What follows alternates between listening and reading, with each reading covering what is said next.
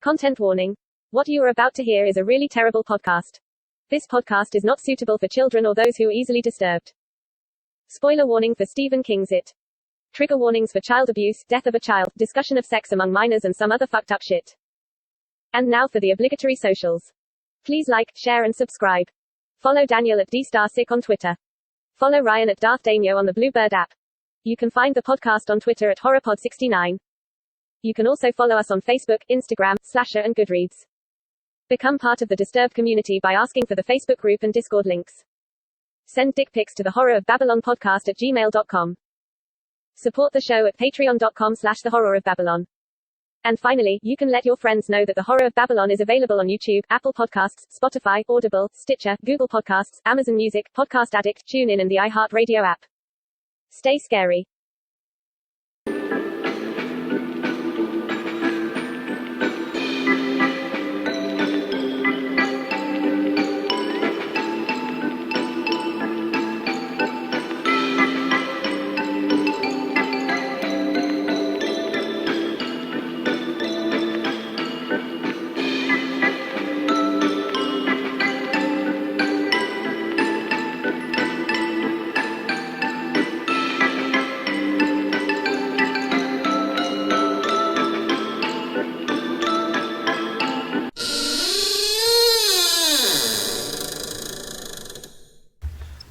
Welcome to episode 27 of the Horror of Babylon. I am Ryan, and with me as always is Daniel. Say hi, Daniel. Hi, Daniel. And with us again is our good friend Carey. Say hi, Carey.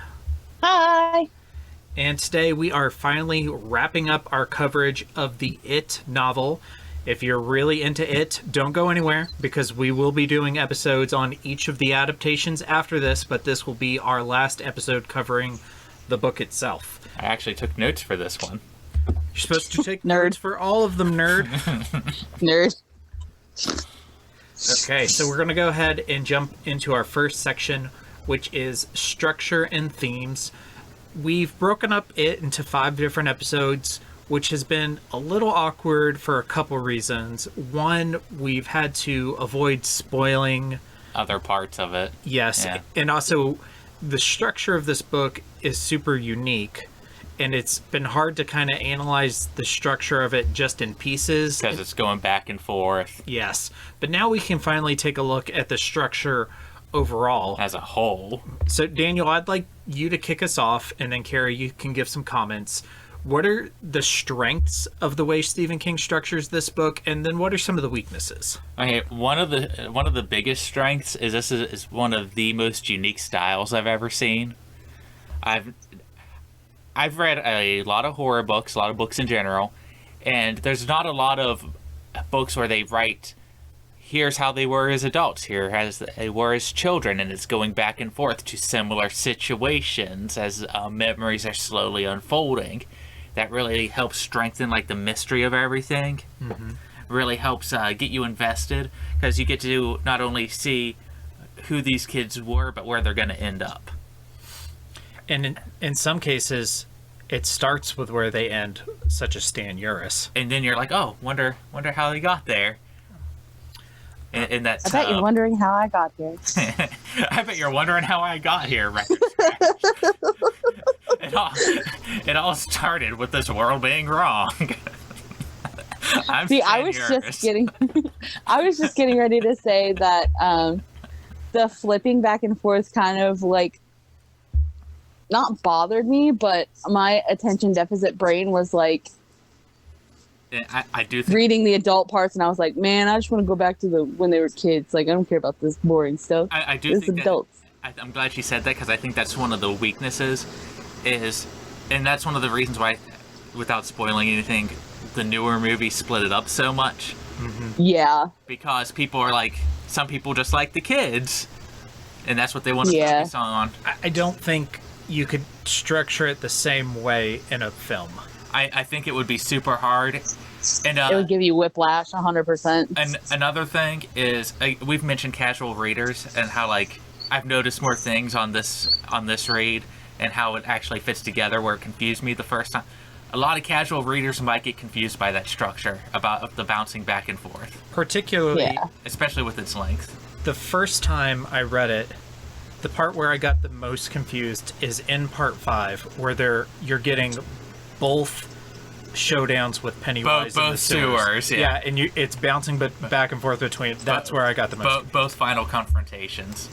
Dual sewer. I actually did. I had to re-listen to about 30 minutes of it because I got a little lost. Yeah. And Carey, what are your thoughts on the structure? Because not only are you switching back and forth between timelines, you're switching back and forth between like characters. Yes. Yeah. So it's a lot to handle, like especially like Daniel's episode, as long as it is, because it's well over 1,000 pages. It's a pretty thick boy. If you listen to it at normal speed, it's 44 hours. So oh God. you change between the two different timelines. You change between perspectives between the characters, but you also change between first person from the characters and then a third person omniscient narrator. And in some sections, you will change perspectives between different characters within the same chapter. Some of the notes Carey left in my book were actually about that. Stop changing perspectives. It's like, Also, who's speaking? I'm confused. Was the deepest we went a flashback within a flashback, or was there a flashback within a flashback within a flashback? I think we got 3D. Yeah. I'd have to go reread that part again. But we were getting... And it's not like it was too much. It's not like I couldn't keep up, because I could. But it was like on the edge. Yeah. It was on the edge of too much. But it definitely encourages multiple reads, because absolutely. all of it becomes so much more clear on a second read. But at the same time, a criticism, that can be a criticism too, because for a casual reader, somebody could, I read it and I liked it a lot, but it was kind of hard to follow at times. And you're like, oh man, you should just read it again because it's all so much clearer on the second read. And it's like, it's 1,000 pages. I can't just read it again. Yeah, I don't got that kind of time. Yeah, unlike me, who's a super nerd, and who will make the time to do it. And me, whose job allows like 6 hours of downtime. Yeah, and no, I can listen to books while I work as well. Yeah, so yeah. that helps. Okay. Yeah, can't relate. Jealous. So let's jump to themes. And now we've talked about the themes in the different sections as we've been going through the book, but let's kind of look at the book overall and in terms of like what themes are coming out at the end. Carey, we'll start with you. What do you think are some of the strongest themes by the end of this novel? I talked about it a little bit last time, but 100%, it's still to me, like, if you ask me, like, what the, like, quote-unquote English teacher qualification of a theme would be for this book, not just like, oh, it's about a murderous clown monster, but, like, a little, like, one grade deeper than that. It's the theme of, like, childhood and, like, sorry, I keep saying, like, and then I say instead. Jesus Christ. Always add his middle initial. I always say Jesus H. Christ. Yeah. Because he's in trouble. A little bit more professional. Mm-hmm. But the fact that they kind of almost had to go back to a place of childlike wonder to be able to actually fight the thing even as adults. So it's just because you always get told, oh, you can't do this, you can't do that as a child, and it's a little bit, well, my imagination's better than yours, so for this clown monster, who's more qualified? Me. So back off. Daniel, what are your strongest themes by the end of the book? Building on what Carey said, it's definitely the contrast between adulthood and childhood. Mm-hmm. That's one of the biggest themes of the book is, here's what it means to be an adult, here's what it means to be a children, and here's what it means when those areas start to intersect. I don't think the allegories for like puberty are as strong as some people say, but there's a little bit of that kind of stuff of we're on that cusp of having to leave some of this stuff behind. Yeah, I mean, it definitely exists because, as they when they defeat Pennywise the first time, Mm-hmm. I mean, they're literally like leaving their childhood behind in the sewer. Yeah. And from there, they kind of leave each other. The group breaks up. They leave Derry. They literally leave their memories behind. And they all seven of them never get together again. Yeah, that was mentioned. Maybe there were lots of times when there were 3 or 4, maybe even 5 or 6 once or twice, but never all 7. And I think that's one of the stronger themes of the book is the contrast of those two lives. And when you sit and think about it, like, it's easy for me to go, I've always been the same person, but that's a bold-faced lie. No one's ever the same person. Mm-hmm. Who they are as adults is not the same people. They might have some of those same traits, but a lot of the people that they become are based off of either overcoming traumas of their childhood, such as Ben losing his weight, or Richie finally being able to do voices that people like, or succumbing to those traumas with like Bev getting into abusive cycles. Yep. Yeah. That's probably my strongest, most base take on the book. So Now, I there you go. think that's true. What about you, Ryan? I think fear and friendship are always like the two things that stick out to me the most about this book. I was prepared to ask you guys questions. I wasn't prepared to answer questions. I ask the questions here. I'm in charge. So fear. One of my favorite parts is when they're kids and they're going in the sewer to fight Pennywise, and he appears to them, and I think it's from Bill's perspective, and he's saying that it appears to be a dark mass. Everybody is scared, but we don't really know what it is. And then he hears Richie screaming at the top of his lungs, "It's the crawling spleen!"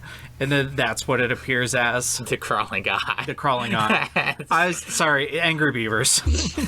Was that an Angry Beavers reference? Yeah, Angry Beavers. Oh, that's great.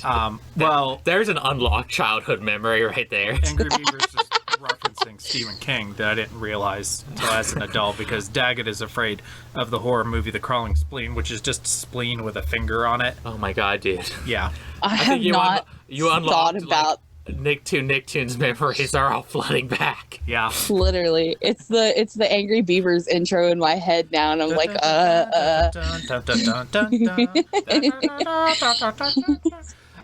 But yeah, like it's all about belief. Like, he's waiting for one of them to name his form, like we talked about in Ghostbusters last week. That's a great comparison. I mean, it's basically the same thing. You know, I'm not even sure, like, this... What year did Ghostbusters come out? I'm sure, like, nobody ripped off each other, but... like OG Ghostbusters? Yeah. Let's call it, Daniel. What year do you think it came out? 1986. I'm going to go with 90 even. 84. Damn. So it predates this book, actually. I still wasn't alive. You know, one of the reasons I wanted to start this podcast was because I wanted to compare and contrast this with Phantoms. Yeah, which we are going to do. We're probably do a bonus episode on that. This is just a small thing. I don't think that anyone rips each other off. I just think that there are very similar sources of fear that people play on. Same thing with Ghostbusters. Yeah. Even if Stephen King saw that and went, oh, hey, that's a neat idea, he definitely expanded on it, so it doesn't matter. I mean, it's not like Pennywise appeared as a giant marshmallow monster in the sewers. And honestly, I wish that they would have done the 80s monsters for the new one. The new movies, yeah. And then we could have gotten a marshmallow monster. And then Bev could have been like, I'm the gatekeeper. And Eddie steps up, I am the keymaster. Yeah, that would have been great. Yeah, that would have been... That'll be in our remake. Yeah, for sure. Okay, so let's go ahead and jump into characters, because this is where we're going to spend the longest time. Yeah. We're going to run through all of our main characters, and we're going to talk a little bit about their role in the end of the book, and then our overall thoughts for the character, the novel as a whole. Mm-hmm. So we're going to start with Mike Hanlon, because... Bless you. Sorry. Bless you. No worries. Sorry. Thank you. So kind of part 5 kind of begins with their party at the library breaking up and Mike's confrontation with Henry Bowers. Yeah, strong intro. Yeah. And I don't even think it was in this, it was in part 4 that this was from, but I love how King goes through this section where he's like, well, Richie thought that Henry hated him most. Ben thought that he hated him most. Bill thought, but no. Henry hates Mike. Mike the most. And he is the first one he goes after when he breaks out of Juniper Hills. So let's start here. Daniel, first, what do you think of Mike specifically in part 5 and his role in the climax of this story? One of the common criticisms I hear is that Mike got a raw deal in part 5. I'm not sure I agree with that for a variety of reasons. I think that this is exactly what Henry would have done. He's gonna target the guy that he hates the most. He's probably also being led to the person who's the most alone right off the bat. Which just I gave you my sneeze. God bless you. Thank you. Which just happens to be Mike alone in the library. I think that scene evokes a lot of fear, because at first he doesn't even know what's going on. He thinks it's just straight up Pennywise, and then it turns out to be almost worse, because this guy can interact with them. It is worse. I mean, what did Victor say? Like, you can get them if they believe or if they don't believe. You can get them no matter what. You can just get them, right? Yeah. And it's also a very real confrontation, you know. It's basically a home invasion scene. I can relate to somebody just ending up in my house or even my place of work with a sharp object they shouldn't have. You just said your friend had his door kicked in last night. Exactly, and that is a terrifying prospect. I'm not even like exactly a small dude. I can take care of myself, but someone has a knife. I do not want any of that smoke. So that's actually like a particular fear of mine. So a horror movie that I don't think is overall is particularly scary, but I still think about on almost a daily basis is Us. Yeah. There are times when I just am awake at night and can't go to sleep, and I just think about like going to the window and seeing people like standing across the street staring at my house. With scissors. Yeah, I know. God. So anything like this, it's very effective for me. I also think that in terms of like his role, they make an allusion to this, that, you know, at first they were 7, then they were down to 6, now they're down to 5. It's slowly eroding the hope of the characters, and it was going to happen to somebody, and I feel like it was going to always happen to Mike, because he's the most well put together out of all of them currently. Because most of them don't even have all their memories back. He himself is like trying to slowly guide them and bring them all together. He passed the torch of leader on, but he was still very much the guide in this part of the book. And that's the person that you're going to want to hit if you're Pennywise. At least in my opinion. So this is something I'm a little critical of, but I also like for different reasons. I actually enjoy that they changed this for It Chapter 2, and that Mike gets to be a part of the circle in the sewers at the end. I can't wait to rant about that with you. I like it, but that's maybe more because I'm a fan of Mike Hanlon, and I want him to be a part of the story instead of not being a part of the story. I think he was actually more of a part of the story in this book by them sending him their energy. In It Chapter 2, he straight up lies to all of them to get them down there. I think they effectively made his character worse by trying to include him. No, I didn't like that part. Okay. But you liked him just I like getting that to be he there. was there. I think that needed a couple of rewrites. Honestly, I didn't really like his character at all. Like, the adaptation of him as a character is one of my biggest problems with It Chapter 2. But I liked that he got to be a part of the group in the final confrontation. Without getting too much into the movie, I think that they wrote him as too unhinged, where he's one of the most calm and collected here. Yeah. Even when this guy walks in with the knife, he's like, "Hey, dude, we don't gotta do this. We can get you back to Juniper Hills. Everything's fine." I mean, they made him a junkie. Yeah. Which, okay, well, yeah, we'll get to that. what I do like about this is that he is the Gandalf character. He is the one that sets the Fellowship in motion, and then falls, and then passes on the torch of leadership. Gandalf falls at Moria. Aragorn takes over the torch of leadership for the Fellowship and goes past there. You know, Mike falls here, and Bill had kind of been using Mike as a crutch. Now Bill really has to be the leader because Mike is out of the picture. I agree with that. I really don't got much more else to say on Mike. Carey, you got anything for Mikey? Sorry, I was running for my life. It started to pour the rain. I like what you were talking about when when he gets out of Juniper Hill and comes after Mike first. It's also that moment of exactly the same thing that happened with Patrick in the earlier part of the book. It's like, is this the clown's fault, or is this guy just like crazy? Is there just crazy people in this town? Because that's like something that could happen, you know what I mean, with or without Pennywise, just somebody coming in your house or wherever you are and messing you up. So it is scary, but it's like a different kind of scary than, oh god, there's a giant shape-shifting clown scary. I want to say it's both. Yeah. But if you think about it, Henry was not a violent patient. He was, the way he's described it is that he's a very good patient, and he cooperates and he does what he's supposed to do. Just wants his nightlights. Yeah, he just wants his nightlights. He doesn't do anything bad until Victor Criss comes to see him and Pennywise starts talking to him through the moon, which is so fucking creepy. Yeah, So weird. When the moon talks to me, I ignore it. You're the man in the moon, the voice in the moon.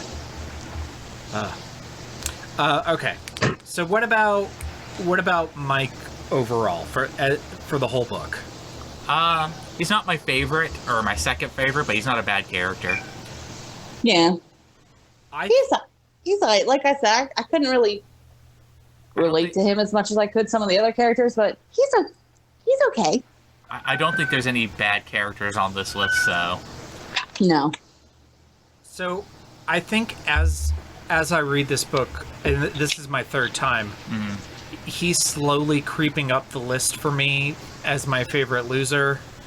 I really identify with the character who is doing something for the good of a group, even though it's not something he wants to do. He doesn't want to stay in Derry. He doesn't want to work at the library. He doesn't want to do this, but he's doing it because someone has to do the job. And, you know, me, like, I have a really boring job. I don't want to get up at 8 every morning and go to it and work for 8 hours and then do that 40 hours a week all the time. But, you know, that's what I have to do to pay the mortgage on my house and put groceries in the refrigerator for my children to eat. Yeah. So characters who do these sorts of things instantly become relatable to me. Obi-Wan Kenobi doesn't want to spend 19 years in the desert making sure Luke Skywalker doesn't fall off a cliff, but that's what he has to do to make sure the son of the Chosen One can face the Emperor one day. It's the type of character I identify with. It's the type of character I really like. So Mike is really, really getting close to the top for me. It's probably between him and Ben for my favorite loser. You do have a point there. I don't think any of the rest of them could have stayed and done that. I don't think any of them would have at all. Yeah. They would have pieced out immediately. I mean, and you could say that... My fair warning, my power just flickered hard. So if I lose my internet, I'm sorry. Yeah, if my mind flickers or anything, we're going to stop, save what we have so far, and pick it up another night. Yeah. We have a tornado warning right now. Supposedly it was over 9. Really? No, it's until 1 o'clock. Okay, they must have extended it. Whoops. And also, I know Daniel's off on Fridays, and we usually can't do this on Fridays because I work, but I am on vacation. Yeah, I'm busy Friday anyway. Oh, okay, sorry. No, you're good. It's my partner's birthday, but we would do it next week if that happens. I just don't want like the power to go off in the middle of it and then we lose everything. But yeah, mine just flickered pretty freaking hard. Yeah, if it flickers or dims or anything, we'll just save and pick it up another night. Yeah, not an issue. And if you... Sorry, I didn't mean to stop the train from rolling, but I figured I'd tell you now. No, you're good. Like, and if you disappear, you know, we'll try calling you back. You call us, but we'll figure it out. But yeah. Not an issue. Yeah, Mike. Mike is cool. I like Mike. I do like Mike. I like Mike. I'm okay with Mike. Okay, let's go to Henry. Henry fucking Bowers. Okay, so this is actually reading reviews and listening to other people's thoughts on this book. Part 5 is generally where most of the criticisms for the book come from, and I have heard from multiple people that they are disappointed with Henry's end. I don't know what they expected from him. I guess that it was just over too soon. I guess. I also think it would have been a lot too cliche if he would have made it all the way down to the sewers again. Well, so one person I listened to said that, you know, what's the role of Tom? Because Tom, you know, everything up to him getting to Derry makes sense. But then once Tom gets to Derry, literally all he does is grab Audra and then go to the sewer and die. I mean, that's one of my criticisms too, so... Why couldn't Henry have been the one to get Audra and take her to the sewer, and then Henry gets to be there at that point as well? Did we lose Carey? Says the call's connected. No, I'm here. Okay, I'm here. Sorry. Sorry. I came in to tell Kaz that I was in the kitchen because it started pouring the fucking rain. You're good. Which I can kind of see where maybe that would have worked, where if we just take Tom out of it, and then maybe Henry is in the sewer because he brings Audra there. I honestly think that the ideal way to change that was done in the first miniseries, and you just have Pennywise grab her. Yeah. I think that is the ideal way. I would have just... And again, this is all hindsight. I'm not Stephen King. I didn't spend years writing this book. But if you're adapting it, or if you were rewriting it, I'd say you just leave Tom on the floor where Beverly left him. Which is what both adaptations do. And that's what I would have done. I think that a loser needed to kill Henry. I do think he needed to attack... but I don't think he needed to attack all of them. Mm-hmm. I think that what he did made sense for what is this character thinking. He's like, oh, I'm going to go up to the top of the elevator and work my way down. He already got hurt fighting Mike. Yep. And that makes sense that's what gave Eddie a chance to stand against him. He also he's not in his right headspace. Is he ever? Never. Yeah, he's ever. and that's one of the reasons he can be used. But at the same time, it's like, well, Pennywise doesn't have like the cream of the crop to pull from. Yeah. True. This is what he has to work with. Because I don't even like even if Pennywise wasn't there like at all, like let's just say this story existed like sans Monster Clown, I still think that Henry would be absolutely fucked up. Yeah. 125%. Yeah, I mean, his issues stem from his dad. Yeah. And his dad's issues stem from being a veteran. Yes, both of them are probably exacerbated by living in Derry and by Pennywise, but if you took the clown out, they would still have their issues because Butch still would have fought in World War II and Henry still would have Butch as a dad. Yeah. I don't want to create negative stereotypes, but the way Henry talks and acts makes me think of a lot of my patients. Oh, 125%. Literally, yes. Working in forensic mental health does not help my image, so... I like that the loser that kills him is who you would see as the quote-unquote weakest loser. Mm-hmm. It also gives Eddie an opportunity to break his arm to keep up the parallels between the 50s and the 80s timelines, where Eddie has a broken arm in both timelines when they're it's the same timeline, both stories, both periods. Yeah. They're just mirroring it. Yeah. God, that was a horrible pronunciation. I know what you meant. Pretty bad. I'm Marion. Jesus Christ. But Maid Marian. yeah, It was good enough. the only criticism that I could kind of agree with is if you're going to mirror both the past and the present. Hi, kitty cat. Sorry. Henry probably should have ended up in the sewer, but that's the only that fits thematically. So, I'm not sure I agree with that person, but I would like to have, I would like to have seen King with that idea and see what the story would have turned out. See what happens. Yeah, with Henry down there instead of Tom. I would like to see that timeline. As a big a fan as I am of this book, and really for the past 4 episodes, we've really just been sucking its dick. We haven't really been doing that much criticizing. I hope they're ready for some more slurping and swallowing. Yeah, Oh, God. But it isn't... We could have done without the onomatopoeias, Daniel. No. Yeah.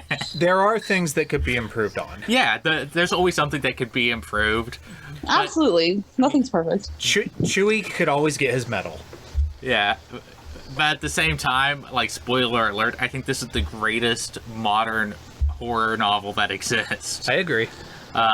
It's pretty freaking great. There are some that I think I might personally like better, but I don't have one. Like, it's not only is it my favorite King book and my favorite horror book, I think it's in my top 5 novels of all time. Pet Sematary is my favorite King book. Spoilers. Mine's Needful Things. I haven't gotten to that one yet. Oh, it's pretty freaking baller. We will do it eventually. Pet Sematary. Take this as my personal request. I put in for Needful Things. Okay. Okay, just donate $50 to our Patreon. Boy, from what? I'm sorry, that was messed up. Pet Sematary is in my top 5 King books. Yeah. But it fucks me up too much. That's the reason it's my favorite, is it scares me the most.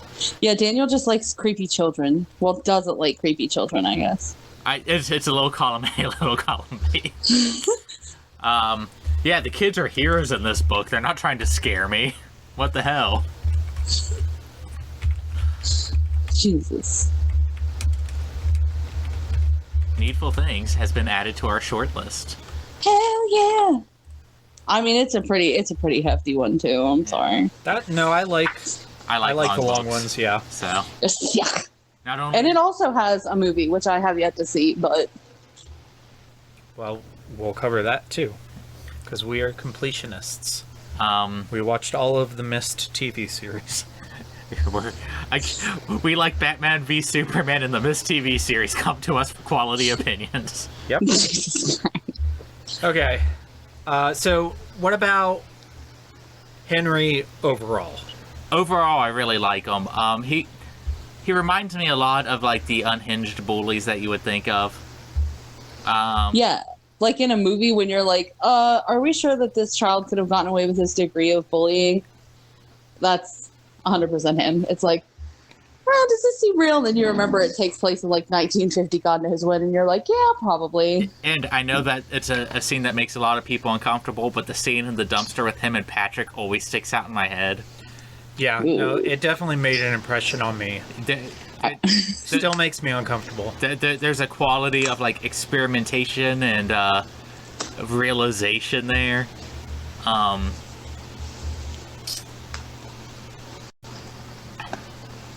I don't think he's the best antagonist, not even in this book. But I think he's high on that list. For me, like, he's pretty high on a list of Stephen King characters. He's very high on a list of Stephen King villains. I think he's one of the more memorable ones. Yes. I really wish that they would adapt him with this pink leather jacket. I just don't think people would take it seriously.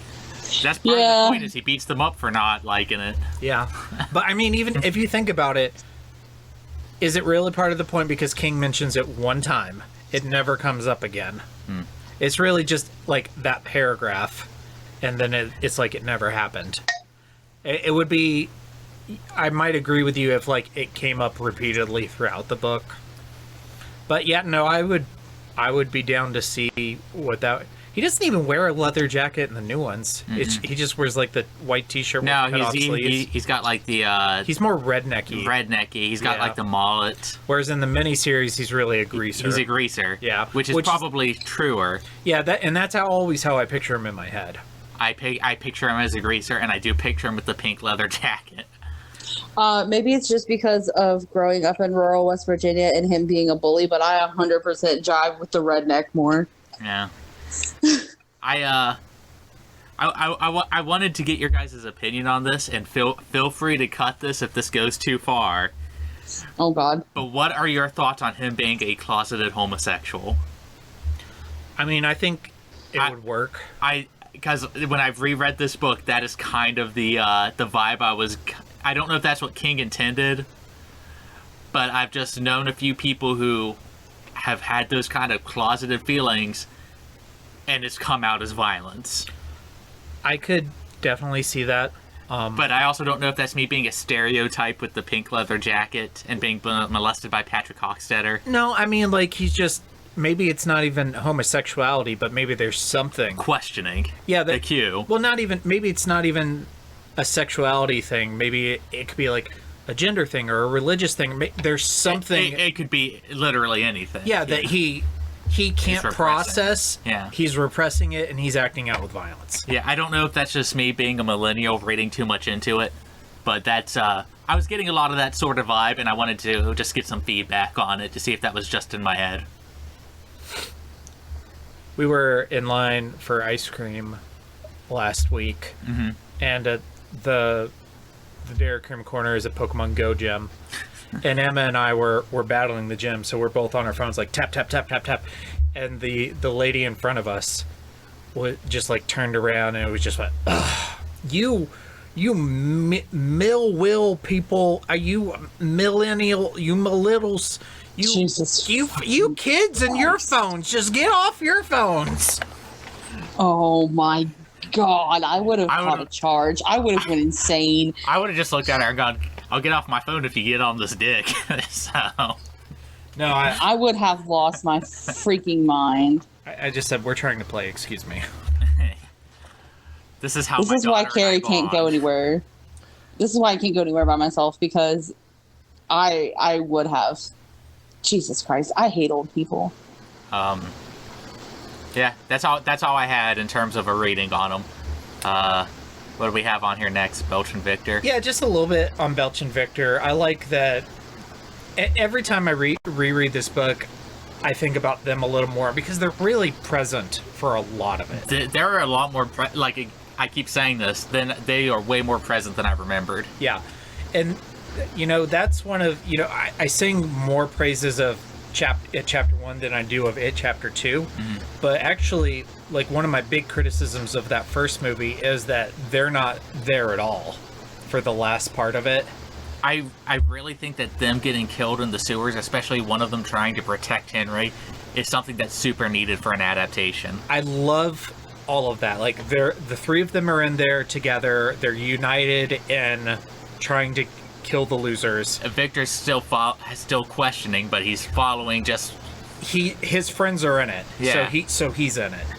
Which, yeah, maybe I shouldn't be like admiring Victor Criss, but I think there's things you can admire in some of the qualities they have. If you don't admire their decisions or their reasoning. You can admire his loyalty to his friends. Yeah, loyalty is an admirable trait. And Belch too, because so they're in the sewer, and then Frankenstein's monster jumps out and instantly takes off Victor Criss's head. Belch turns to fight it. He's like he's going to stand there with Henry and try to take on this monster, and avenge his dead friend, protect his friend that's alive. Ends up getting half his face ripped off and killed for it, and Henry fucking abandons them there in the sewer. I love whenever Henry's like driving around with the quote unquote with ghost the dead of Belch. Yeah. And he's just like, I'm sorry, I didn't mean to run. I know that sounds like horseshit. Don't be mad, Belch. I know you're like super dead, but like, my bad, dude. I really just wanted to light our farts on fire. Maybe get my dick pilled on a little bit. God. But yeah, I really think that's one like. There's lots of things that I think are missing from adaptations, and you can't include everything. Yeah, But this is something I feel needs to be included because it makes them more human. And sometimes you don't want your villains to feel human, but I like that. Yeah, no, I agree, especially with a Stephen King there's a difference between making, these guys human and making Pennywise human. I think that's like, yeah. I mean, because this is the acceptable part. They're literally children. Yeah, they are children. They are humans. He is a otherworldly force.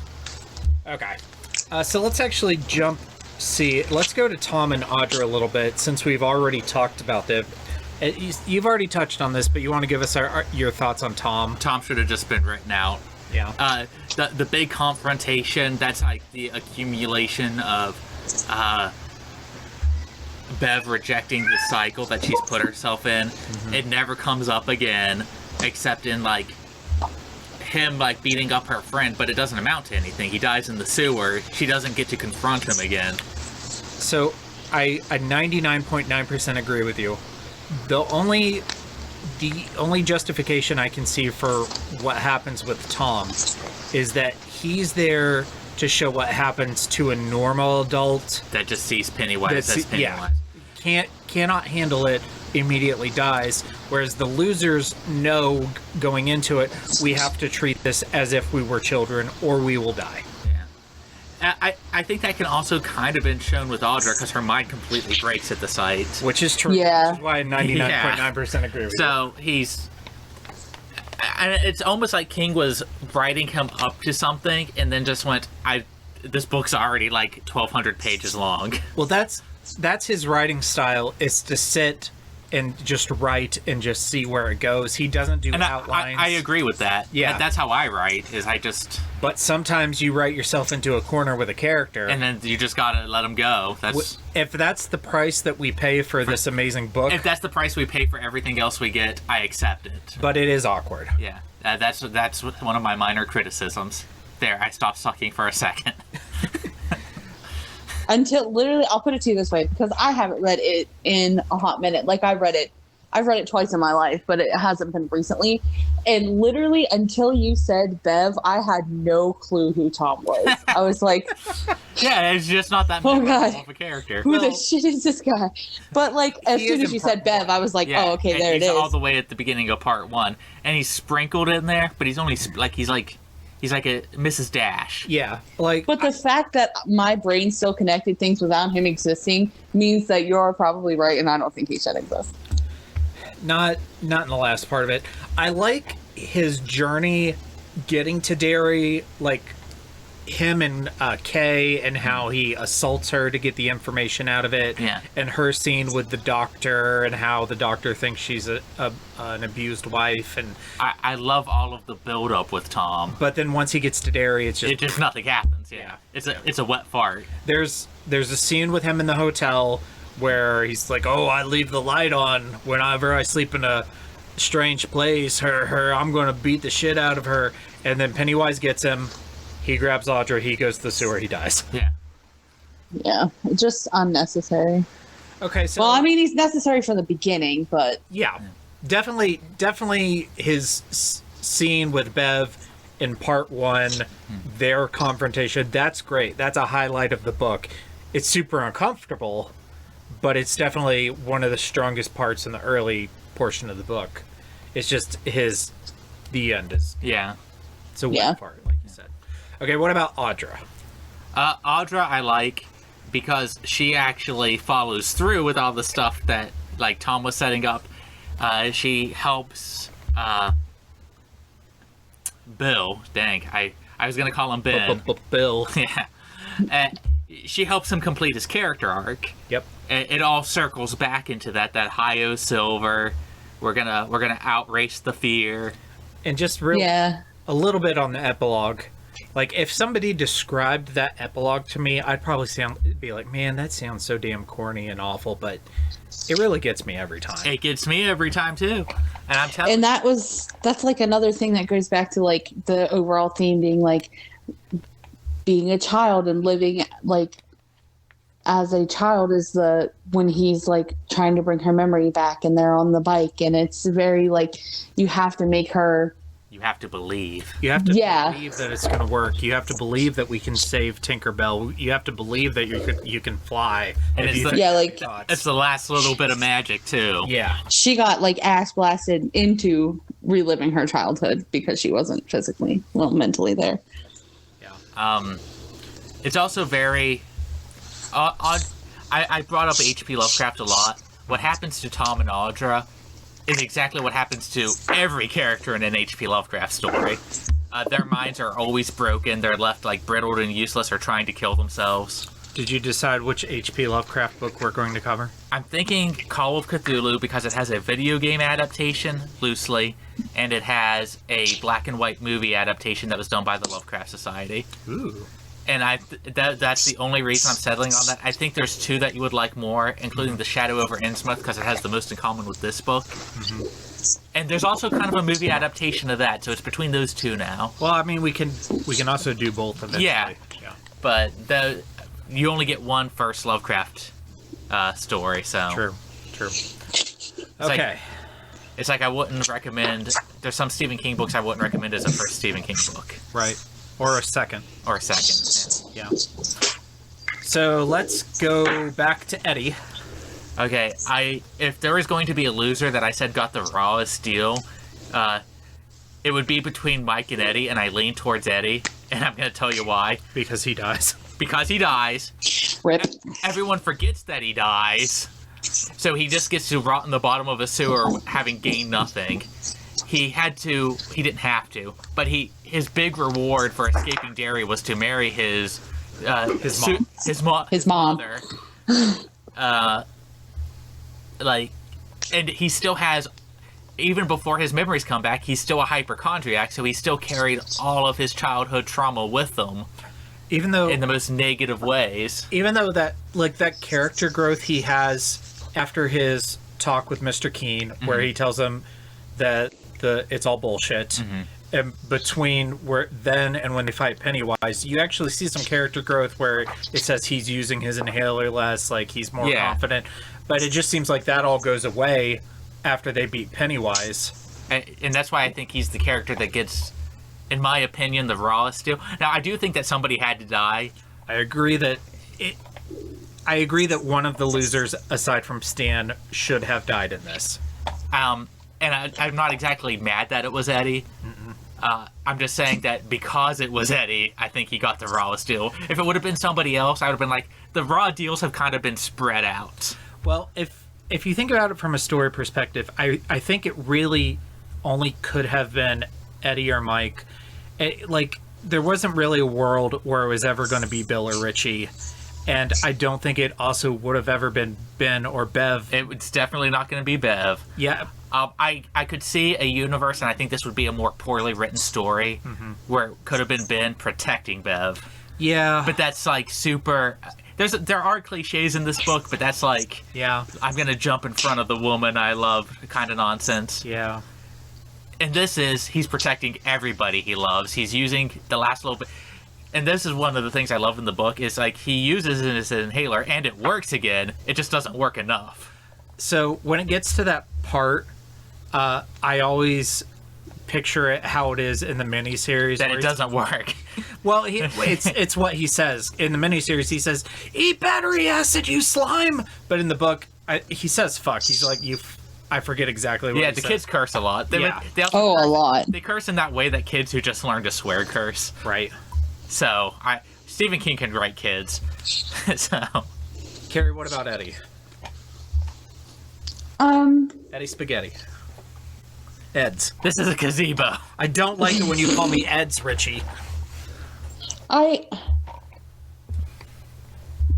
He wasn't like Daniel said earlier, it's not like he was like bad, but he wasn't my favorite. Somebody's got to be the worst of the best kind of a thing. And I mean, he's one of my favorites. he's the one that grows on me. Yeah. He's all right. He just isn't. He reminds me of myself as a child because I was a hypochondriac, always either faking sick or thinking I was sick and not wanting to do things. Like when he died, I was like, oh, but I wasn't like I didn't like openly weep about it. Yeah. It's okay. I also loved how much they cradled him even after he was totally, completely dead. Yeah, Bev, you stay here and watch over this dead body instead of helping us fight this thing that will kill everybody. Okay. Which, that's a complaint in and of itself, but we'll talk about that when we get to Bev. I do think that one of them had to die because there had to be real stakes. There had to be stakes. I understand that a lot of this was like... It's like a dark fairy tale. I think it is a dark fairy tale. But, like, a Brothers Grimm story, if you've ever... Like, you've read them, I know. Carey, I assume you've read actual, like, Brothers Grimm fairy tales. They're dark as crap. Like, people die in them. But when you think of a fairy tale in a modern sense, it's Disney. Like a Disney adaptation. It's sanitized. Mm-hmm. This, I feel, was closer Unless you're a parent, then you're probably going to die. Yeah. And I'm sitting here like, this is like an actual fairy tale. Mm-hmm. And it's like you said, there had to be stakes to this. So, talking about Eddie overall, like Mike, I think he's one that I like more every time I read it, because he has a lot of character growth as a kid. You see like a real arc there from somebody who's like totally dependent on their mother and their medicine, and then kind of getting out in the wider world and experiencing other people and having friends, and how that helps you grow. Yeah. And in our first episode, I think Matt said something about how the losers help each other with their problems and help each other grow and overcome their own obstacles. And Eddie's probably the best example of that. I do, when I was a kid, he was probably my least, him or Mike were probably my least favorite. Because he's like, they're all kind of nerds, but he's like the nerd. Mega nerd. He's whiny. He's like the stereotype you think of. Yeah. Even though like he actually likes things like baseball and he wants to go play with other kids, and you get to see stuff like that, and I think that kind of shit's cool. And that one of the most heartwarming parts is where he's describing when he's watching the bigger kids play baseball, and how it makes him feel so good when the ball goes out of bounds and he throws it back into the game and they say, "Hey, thanks, kid." Yeah, finger guns. Yeah, finger guns. I don't know. Eddie is a sad. He's probably one of the saddest King characters that's out there. I agree with that. It is just pitiful. All right, so speaking of sad King characters, let's go to Stan Uris. So, talking about his role in Part 5 is obviously restricted just to the 50s portion of it. Yeah. It's, I always forget that he's the one that breaks the glass bottle.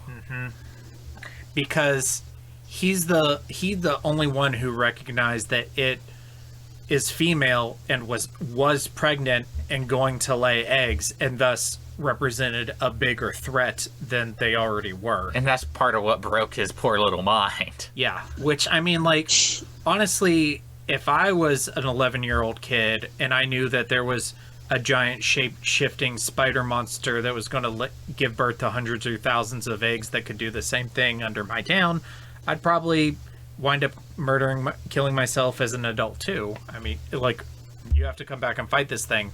He's the only one who killed himself. He's the only one who knew he was pregnant. Yeah. I honestly see myself in more of an Eddie situation. I always picture myself dying at the end of a horror story. Yeah. Yeah, I don't know that I would have, like, well, I mean, everybody can, like, be like, oh, well, I wouldn't do that. I'd be willing to go back and fight this thing to save people. Nah, I probably would have been, like, halfway to Cuba by now. I don't think I would have killed myself, but I would sure would not have gone back. But that's the other thing is we don't know if that would have been possible, because I don't think, Stan's first instinct is, yeah, I'm killing myself now. Like, maybe they wouldn't have been able to run away, kind of thing. I think they even allude to that at one point in the book, that it doesn't matter where they go. Like, Pennywise says you can leave, but one of them realizes we can, but we really can't. Yeah. Get us no matter where we go. So, that's something I want to talk about a lot in our It Chapter 2 episode. Because, okay, we'll table that for now. Table it. Or else I'm going to get on a soapbox. I do like soapboxes. It's very, in the book, it's very vague if he can get them or not otherwise. Yeah. But it's alluded to that they're influenced by the turtle and the other force that's greater than the turtle. But after reading it, you believe that they all came and made their own decision. Yeah. To stay and fight. Yeah. And it's same for Stan. He made the decision to unalive himself. Yeah. Which... Still one of the hardest parts for me to read, just the way it's written. It makes me cringe every time. I think there's some vagueness with Stan's suicide too. Is it because of he himself, his character, who couldn't handle the unordered nature of Pennywise because he was offended in a natural sense? Or was he also influenced by Pennywise to the suicide because Pennywise recognized that he was the weakest link? It could be multiple things. I always read it as he remembered too much too quick. He was the character that remembered it all right off the bat. It's never said that in the book, but that's always sort of been my interpretation. I didn't even think about that. It is explicitly said at some point that he killed himself because he knew it was pregnant. So yeah, he did remember at least that part of it. Right. So that's always been sort of my reading, is he remembers everything, where everyone else kind of gets a little trickle in them. And it's because his orderly brain, that's just the way he's able to process it. So it lets him remember everything, and then it just floods him, and he's like, nope. It just nopes out of the nope right out of here. Sorry, guys. Yeah, and it's just too much too quick. Yeah. That makes sense. Oh, I thought he was just a little bitch. No. Well, that's my reading. Not in that way. Just like I thought he was just genuinely too scared to go back. Oh yeah, I think all of them would have been too scared to go back if they would have remembered it all at once. That's my reading. Yeah. I completely believe that Richie would not have gone back if he remembered as much as Stan did. I think the only one that would have 100% still gone back if they remembered everything would have been Bill. And then he would have died. Yeah. But Bill is also fueled by revenge. Yeah. Whereas the others aren't. And then he would have died because he would have been by himself. But that's my reading. I don't know if King's ever spoken on it, and I actually prefer if he didn't, because I like some things to be left to mystery. Yeah. And interpretation. Yeah. I don't know. I like Stan a lot. He's one of the characters that you can ponder on the most. And he does save them at two different points. Once in the house on Nebolt Street and once in the sewer with his birds. He stops Pennywise twice using that. So it's not so much that he's afraid. He is afraid. He's not really a coward, but he can't process it. Yeah. Because it doesn't fit into the natural order. Yeah. These are literally, I mean, like spoilers, but Pennywise is literally a extra dimensional entity. It's not even from this universe. It exists beyond it. Okay, here I think is a good way to explain Stan. The reason why all these kids are able to face him is because they think like children. Stan is a child that thinks like an adult. Yeah, I agree to that. So that's why he has a particular issue. Yeah, I keep bringing up Lovecraft, and I think I did in that one episode. You did. He's a Lovecraft character. And this is, what do? Their minds either end up broken or they kill themselves. Okay, so let's keep trucking, or let's keep training on these losers. Let's go to Ben Haystack Hanscom. So first, his role in part 5. Which I would kind of allude to him as he's kind of like Thor in the first Avengers movie. Yeah, he exists. Yeah. Ben is one of the bigger, no pun intended, one of the bigger characters throughout the book, but then is kind of present at the end. Yeah. I think it's just because there's so much more development for a lot of the characters that were still left. Yeah, whereas Ben is kind of developed throughout the novel. Yeah, and he's kind of done by the end. True. It's like the only thing he has left to do is hook up with Bev. And stomp the shit out of some alien spider eggs. Yeah, so... That kind of sounds like the worst job. Like, going and stomping each of those eggs, like, one at a time. And not only that, he has to stomp on the egg once to break open the shell, and then the thing crawls out and he has to kill it again with his... The descriptions in this book of just the things that it turns into are just... They're squishy. They got between my toes. Patrick Hawk said to her, it's like, my goal is for it not to explode in my mouth. But it did. Blah. What are your guys' thoughts on Ben in part 5? Yeah, he definitely exists. Yeah. He's a character I really like. He do be there.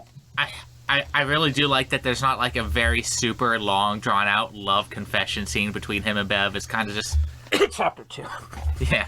It's just something that kind of exists that is sprinkled throughout the novel. Yeah. Oh, I know you wrote me that poem, and no, I didn't. Mm-hmm. And you get a little bit of that, but it's like as children. He doesn't do that again as an adult. Yeah.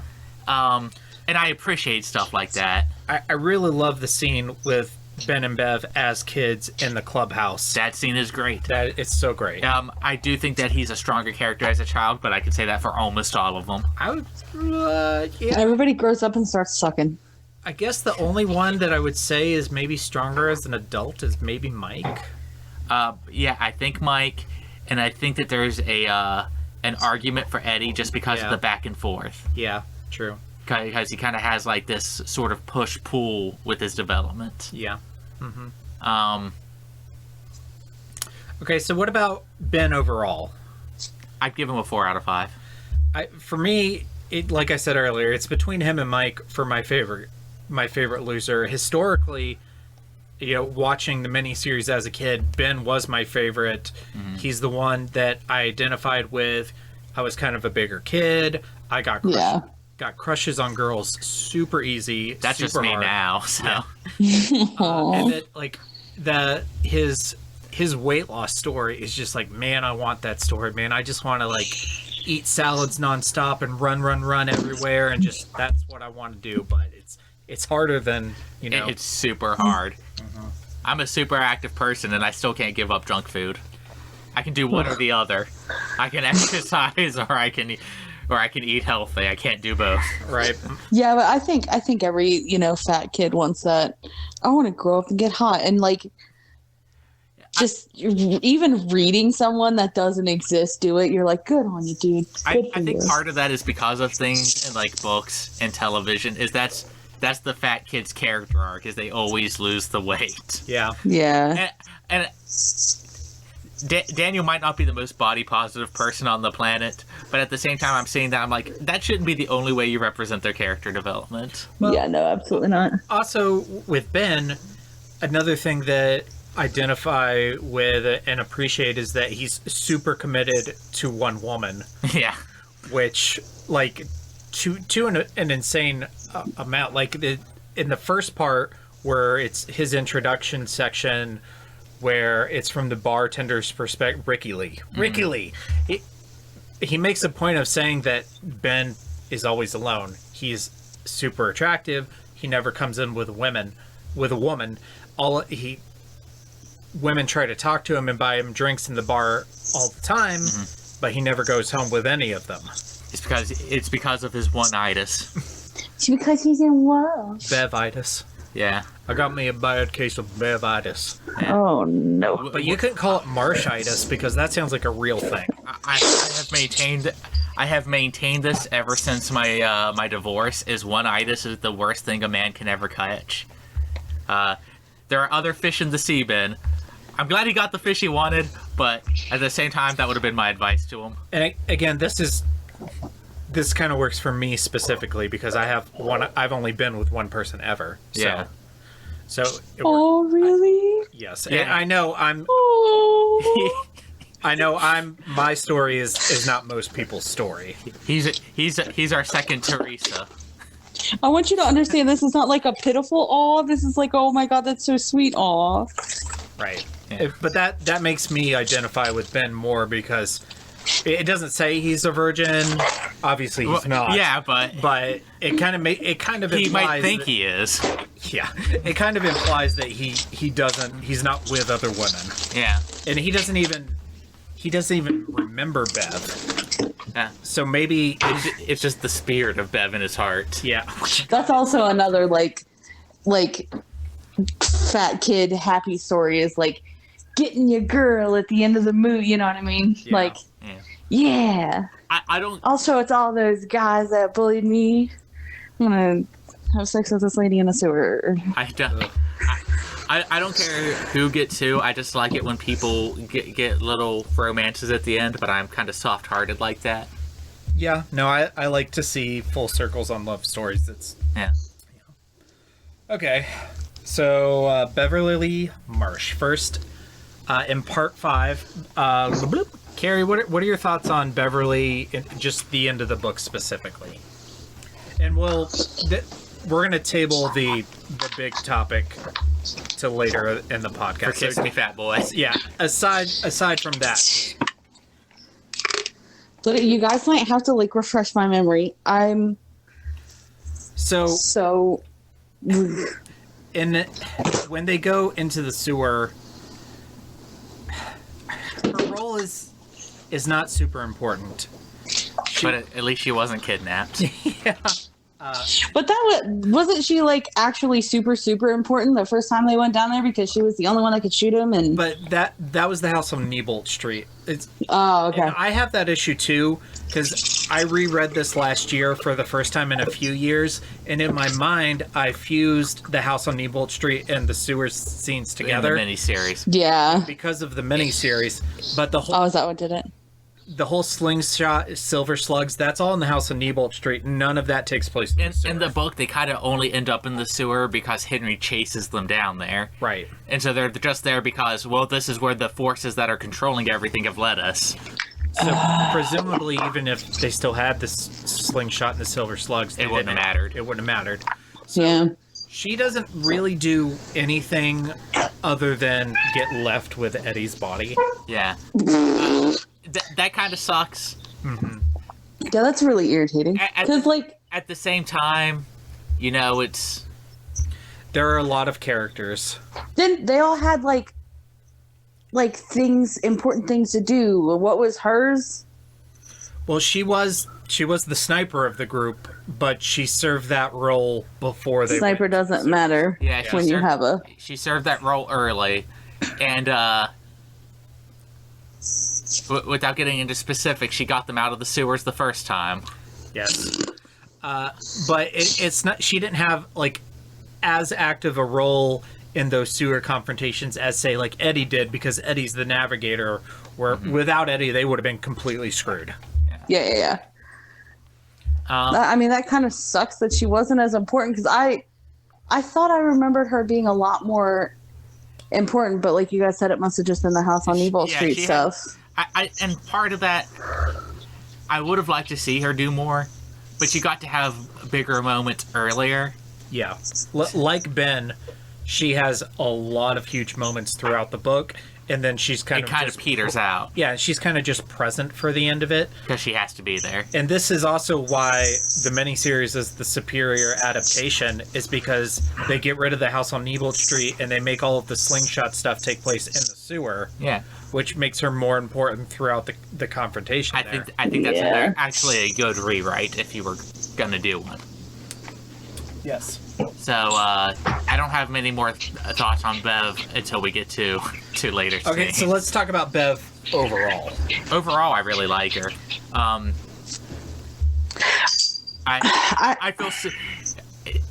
feel super uncomfortable when she first... Was it in this part that she confronted her dad?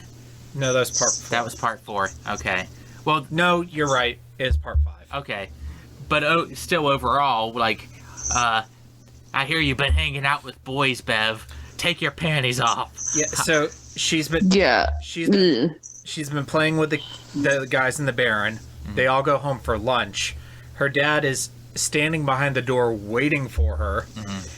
It's said that he's been like almost completely taken over by Pennywise, that he snuck into the Baron and was watching them play from in the bushes. His boots are caked with that black mud. That is only found in the Barrens. So she's like totally Sherlock Holmes right there. Are you intact? I know how to check. Yeah, and he's like, take your pants off. I'm going to check. I'm going to put my hands in your vagina and see if you're a virgin. And that's when, she runs and they have that whole chase scene that ends with her crawling underneath a garbage truck.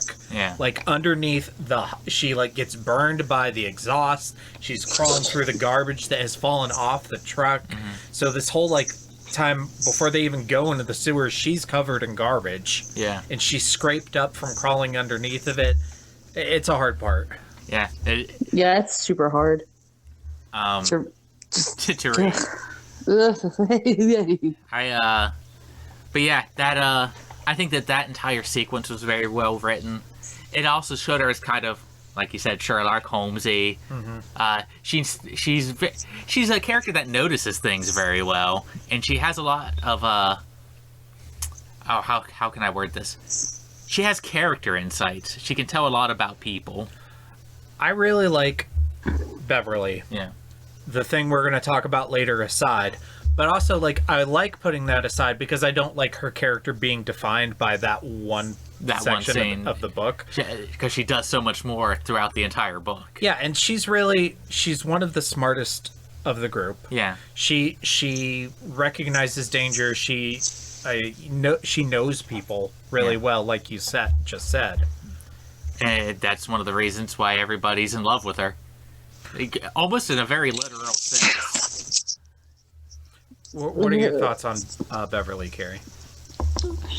I understand why it had to happen, but I hate that just like the continuation of the cycle of abuse is her entire like thing. But I understand why it had to happen because, that's kind of her. Like, I know they don't remember anything until they get back to Derry, but just her. I feel like that was when I can't speak. She didn't remember anything about her dad at all when she was an adult. She remembered she had a dad, but she didn't remember like any of the specifics of their relationship until Mike called her and it all started coming back. Yeah, and then she kind of knocks Tom the fuck out, doesn't she? Yes. And like pieces out. Yes. Yeah, like that's kind of, to me, that was her kind of being like, oh, wait a minute. I'm like stronger than this. I don't need this like asshole kind of person. But I really like Bev like a lot. Like you guys said, granted the weird things that happen with her aside. I think she's I really do like her. I think she's another one of those more memorable Stephen King characters too. Yeah, and if I made a list of like maybe like my top 20 iconic Stephen King characters, probably it would be hard not to put 10 of them from this book. Like we'll do a tier list at some point. Yeah. Do we want to break it up between heroes and villains or probably to start. Yeah. And then we can do an overall. Mm-hmm. And I like that she was, granted that apparently that part stayed with me more than it should have with her being like super important, but I liked that part that they were like, well, it has to be Bev kind of at one point, and I like that. And that is like a big part of part 4 is the house on Newbold Street, and she's sort of a leader in that part because, it's like everybody pile behind Bev. She has the slingshot. She has the silver slugs. Like, it's up to her. She's going to deal the killing blow. We're all here to support her and to give her an opportunity to kill Pennywise. So she is super important in that section. It's just that that's not the final confrontation. Yeah. But she did get her big moment. In an overall sense, she kind of peters out at part 5. She's like Ben. Yeah, and like part 5. Like you said, I understand how not everybody can have their big moment in the final fight. Like I understand that like completely. Yeah, it's like the Frieza saga. Someone has to be Krillin. That'd be Eddie. Yeah. She's more like Gohan. So it's like maybe this is reawakening my Fran Goldsmith trauma from The Stand. Yeah. Like, Fran never got her... Fran never got a big moment. Yeah. That's where Fran felt as a kid. Like, and we kept expecting a big moment. She just, as soon as she became Stu's woman, it was like over for her as a character. And I'm still kind of mad about that. I'm still mad. Yeah, I'm still... so just real quick on that, the last episode of the 2020 miniseries that Stephen King wrote, that was supposed to be him trying to fix that. He made an attempt. Yeah. That's what I'll give him. It's recognizing the problem, at least. Yeah, he at least tried. Okay, back to it, the better story. All right, so let's go to Richie. Richie has a huge part in part 5, a huge role in part 5. Daniel, did you? Okay, so this is your second time reading it. Yes, So Richie does the ritual of Chud with Bill in the 80s. How much of that did you remember going into your second read? I remembered most of that because it had an impact. The first time I read it, because you read the first time and like Bill being the leader, he gets the tongue, and then you're back in the present and he misses the tongue. Yeah. And it's like this big oh crap moment. And then Richie's like, buddy, I got you, boo. And he gets in there. He says that exactly. I wouldn't question it if that's what it said. That sounds like something Richie might say. Whatever Mr. King wants. He might say it in like a Pekingese voice, but... Oh, God. As long as you don't say it in a Pekingese voice. Oh, no, I will not say it in that voice. I will do a lot of voices, but I will not do that voice. I'm glad to know you have a line. I do have lines, just they're a lot further back than It's just people. 8 miles past everyone else's line.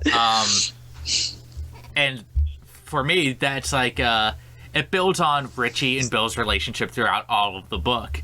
Who goes with him the first time on the house in Neilbolt Street? Who was with him when he looked at the album for the first time? They're a lot closer. In a lot of ways, they were best friends, and this was him finally being able to help Bill the way Big Bill always helped everyone else. That's the accumulation of that sort of arc.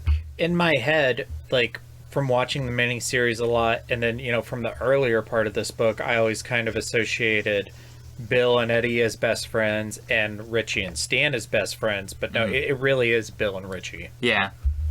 And, that sticks out in my head a lot. So I remembered that going in, and it was cool to read it again. So, just as a little bit of a refresher, so when Bill performs the ritual of Chud as a kid, he does it by himself, and he successfully defeats Pennywise in the ritual, but... With the help of the turtle. With the help of the turtle, but the turtle says, you've beat him, but you must pursue this and you must kill him now because you may not get a second chance. And you can't do it as an adult. Yeah, Bill does not, so Pennywise gets to live.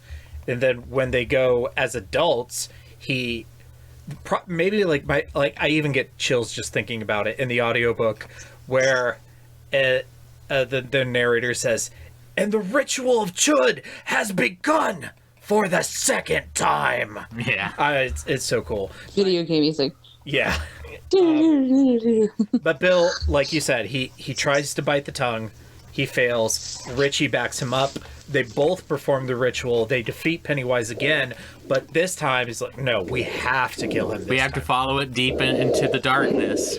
But it's like this progression as they're getting deeper into Pennywise's lair. They lose Stan at the beginning of the book. Mm-hmm. They lose Mike before they even go into the sewer.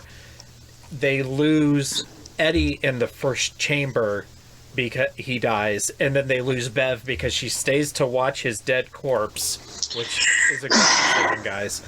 And then they lose Ben in the next chamber because he has to stay and kill the eggs, which it does make sense. That's important. Mm-hmm. But by the time the ritual happens and we're ready to actually kill Pennywise, it's only Bill and Richie left. Yeah.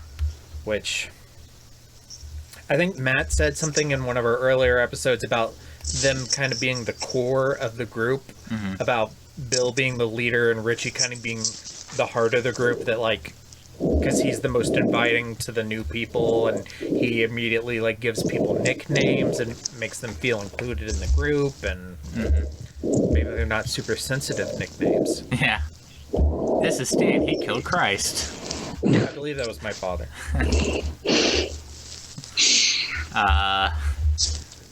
Yeah, that's pretty much all I got to say on Richie. Okay. All right, who are we on? Bill fucking... Bill. No, actually, we have to talk about Richie overall. Overall, I think he might be my favorite loser. He's definitely in the top 2. Yeah, he's up there for me at the very least. I like Richie. Richie's good. Yeah, Richie good. I like Richie. Richie good. I connected with him a lot because I was always the class clown, which glanced off of, being the fat kid, because you got to contribute somehow. And if you're not good looking, then you at least got to be funny. So. I never knew when to shut the fuck up, so that's how I relate to Richie. Still don't. You're right, though. Yeah. I just keep going until people either laugh or leave me alone. I wanted to be the class clown as a kid, but never felt like I was. I kind of had an issue, more so in middle school than elementary school, of really like hating the class clowns, because that's what I wanted to do. But I never really had I was bad about in middle school. I was really shy, really bad about talking to the class or group of people, and just got really frustrated with the fact that I wanted to be the center of attention and be the funny kid. But I really relate to that, and I have a story that relates to that. I was in high school, and I was just doing Daniel shit, making up stories and telling jokes, and someone goes, "You don't really believe that, do you?" I'm like, "What do you mean? No, it's a joke." And they explained to me that I didn't have a sarcastic voice. You don't. That everything I deliver is with the same, deadpan attitude. And so I was all the way in high school before I realized, oh, this is why no one likes me. Because no one ever knows that I'm trying to joke. They think I either believe all of this or want them to believe this. I mean, it's true. There was a learning curve. Yeah. When I met you, I had to, not everything he says is real. I need to... Yeah, no. I need to figure out what's not. I've had... It's taken me 6 years of trial and error, but I think I have it down now, but... That all just relates back to my autism story, so... Of having to learn everything at the ripe age of 18 of how to deal with people. I'm like, well, I'm glad someone told me before I went into college. Yeah. Bill Denbrough, the leader. Aragorn, son of Arathorn. Stephen King self-insert. Yeah. Okay, so Bill's role in Part 5, the ritual of Chud. What do we think? I want you to know that every single time you say this, because when I read the book, I read it as Chud.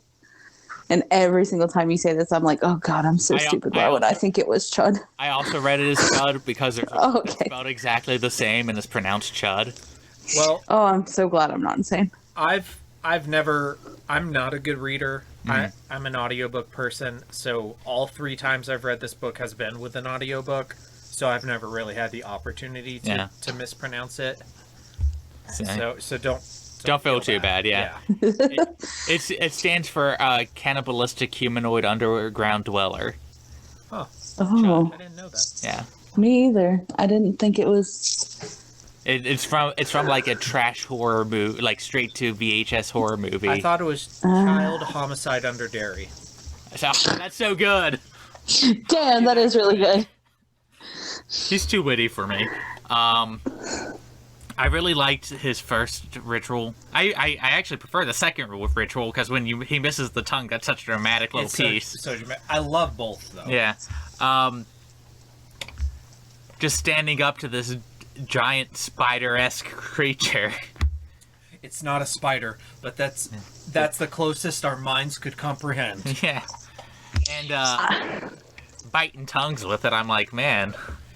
I know it's not literal. Yeah. You do it with your mind. But still. But I still picture the actual literally tongue All coming right, out. come closer.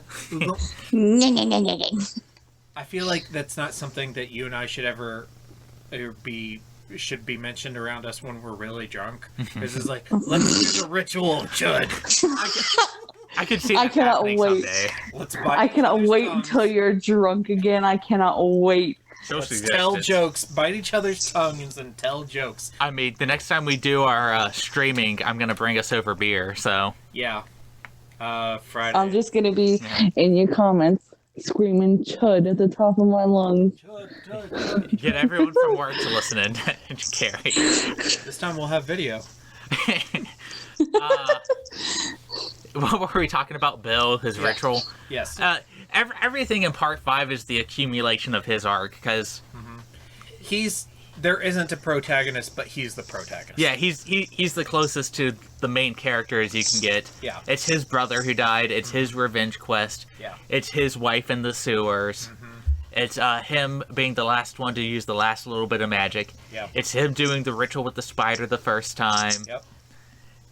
Main character syndrome. Yeah, he comes up with all these ideas, but he is the idea guy because he's the writer. He's the creative type. Yep. And when we get to D&D, I got a huge ass tangent for all of these guys. Yep. I'm ready.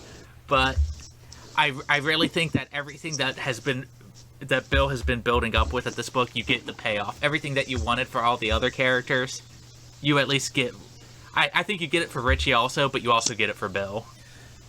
I think you get payoffs for most of them. Some of them are not As good. or they're not.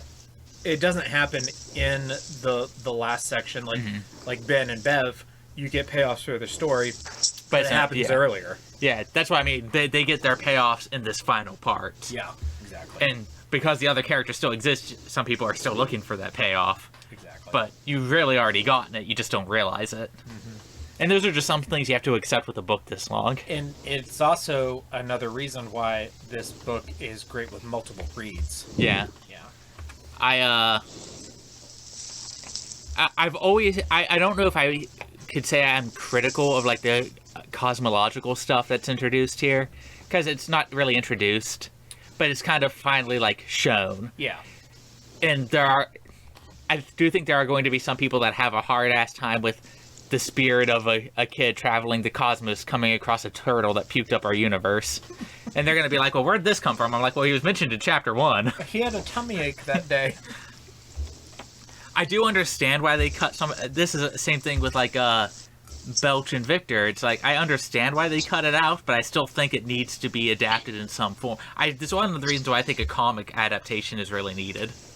Do either of the adaptations, like the movie or the miniseries, mention anything about the turtle? Yeah, the turtle is hinted at in the new movies, but not. But in the like biggest. It's not like way. turtle. Yeah, and the turtle ain't even the top of the food chain. No, 'cause there's a force beyond the turtle. I remember that, like, seeing like all of the Easter eggs you might have missed in this chapter 1. That's honestly like trailer. My least favorite part about modern movies is so many of them are made for like YouTube. Hey, did you get this reference stuff? Yeah, because I remember Instead of him just holding the adapting it. Lego turtle Yeah. and dropping it. There's the Lego turtle. There's a turtle in the quarry when they're swimming. Mm-hmm. Yeah, there's a bunch of mentions of the turtle. And there is cool director stuff like that in the movie that we'll talk about when we get to it. Like, there's all those, like, Pennywises in the background. Yep. But I just hate that that's what movies have become, is... Yeah, especially as a Star Wars fan, that's a huge thing. Yeah. Like, Yeah, sorry, I didn't mean to get us off the rails. I just, No, it's I fine. genuinely couldn't remember if they yeah. mentioned it, like, ever. It's not been adapted in the way I feel it should be. And it's not because I think that it's the most important part of the story. It's not. The most important part of the story to me is the kids. It's the kids, yeah. But there are cosmological ideas that Stephen King's trying to get across. This isn't just a shape-shifting spider that lives in the sewers. It's an extra-dimensional entity. And I can't wait till we do the Dark Tower. Yeah, that You're gonna eat that shit up. that exists beyond the realms of space and time. That just consumes entities and worlds. He's dark side. This is his avatar. Oh, it literally is. Yeah. the new movies like halfway go there, and the miniseries doesn't go there at all, which I think is the bet. If you're gonna half-ass it or not do it at all, I prefer not doing it. Yeah, you just cut, because you can cut this stuff out. Yeah, it works super well without it. But I think that like part of the like when people own like casual readers or people just see the miniseries, they're like, well, why does belief work on this thing? And I'm like, well, in order to understand that, you kind of have to get into these cosmological ideas that King was playing with. Yeah. Like, you got stuff like mind-body dualism and dimensional tearing and all of this crazy nonsense that makes sense if you read the book, and usually if you read it a second time, and if you're also familiar with those concepts ahead of time, that helps. But a lot of people aren't going to get that first or even second time. Yeah. And so or finish or start it and maybe not finish and it. go, why the hell is there a turtle? Yeah. Yeah. I hate to come off as an elitist, but I do not have the largest part of respect for a lot of general audiences. No, I mean, maybe not. Respect is the wrong word. I don't think that a lot of them are ready for books this long. We talked about this a little bit during our episode on the new Firestarter movie, where, you know, we were talking about basically bitching about the movie, how the book is better and how they adapted the book poorly. But then, you know, I also tried to throw out there, it's just, you know, most people in the audience have not read the book and are never going to read the book.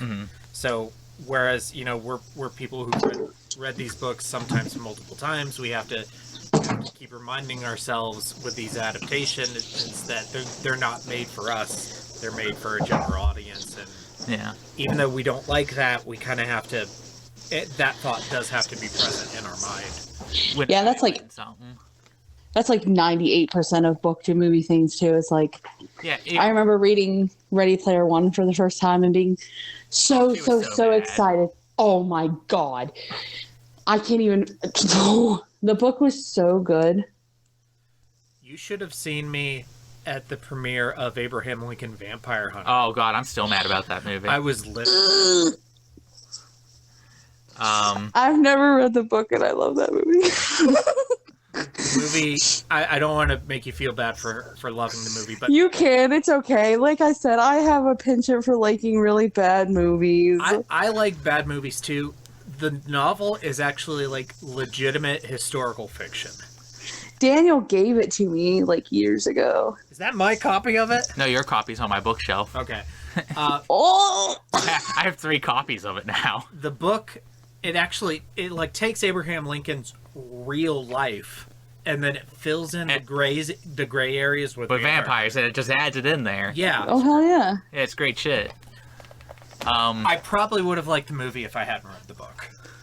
Oh, my phone is on 10%. Okay, let's keep... Sorry. No, you're good. Plug it in. Okay. I can't. I have an iPhone. I can't plug it in. I have my headphones in at the same time. Apple's so dumb. Okay, so we just talked about Pennywise a lot there with Bill. So yeah. Let's move on to scary shit, where we talk about what shit is scary and what shit is not. Oh God. Carey, what was the scariest part for you in part 5, and then what was kind of the scariest thing overall in the book? Well, scariest thing overall is still the refrigerator. The refrigerator gets me. I can't do the refrigerator. Yeah. I think, like we were talking about earlier, it's kind of like I was talking about when Henry was coming after Mike at the, like in the library, and it's like a different kind of scary to me. It's like thriller scary, not spooky clown alien from outer space scary. And I really liked that part. I remember that part. I remember because, like, you know, stuff like that, reading suspenseful stuff like that, where it's like, oh, the call's coming from inside the house, kind of like shit is, it can be good if it's done well, and I think he did it really well. So I agree. I think the scariest parts in this book for me are the things that could really happen. I love the Dracula part. I love the werewolf. I love all the monsters. Those things are a huge reason why I love this book. But the scariest things are the things that are just done by real people, like Henry, Patrick, Bev's dad. Patrick. Yeah, Bev's dad. Anytime Bev's dad is present, and also I forgot about the bird. The bird freaked me out. Yeah. Tom, Beverly's husband, the beating and murder of Adrian Mellon at the beginning of the book is terrifying. I'm gonna pull a stand here and say one of the scariest parts to me is the implication, that being of the giant pregnant spider, and it might not be contained here. This stuff might spread to other places. Just the idea that, and if you take that out of like the cosmological sense and think of it in an allegorical sense, this shit might not just stay in your hometown forever. It might go to other towns. And that could be anything from like homophobia to violence to just anything, really. Yeah. Evil has a way of not containing itself, has a way of breeding. Just real quick on that was another thing that I heard a lot of criticism on from other content creators. I really like the twist that Pennywise is female and is pregnant and the eggs. I think that adds a lot to it. Again, that's something that I felt needed to be adapted. I thought for sure they were going to do it in It Chapter 2. Because, it's never like Pennywise is like, hi, yo, I'm a guy. It's like yo, he's always whatever they see. Pennywise's gender. Exactly. They did present male, so. Okay, so, but but also Pennywise, the whole thing is they just like. It transforms. Pennywise, it is whatever the kids. I think part of that problem might be when you're getting into the spider versus the cosmological stuff. Because this is, again, an avatar, and that might confuse people. How can it exist as the Deadlights and also exist as a pregnant spider? Those blue people? Yeah. But I really think that is something that it's just so horrifying to me that this isn't going to just stay in Derry. And that's one of the reasons they should have stopped it the first time. Yep. Because I'm sitting there thinking, well, how do we know that some of those haven't already hatched? Oh, good point. So, I'll just bring this up here.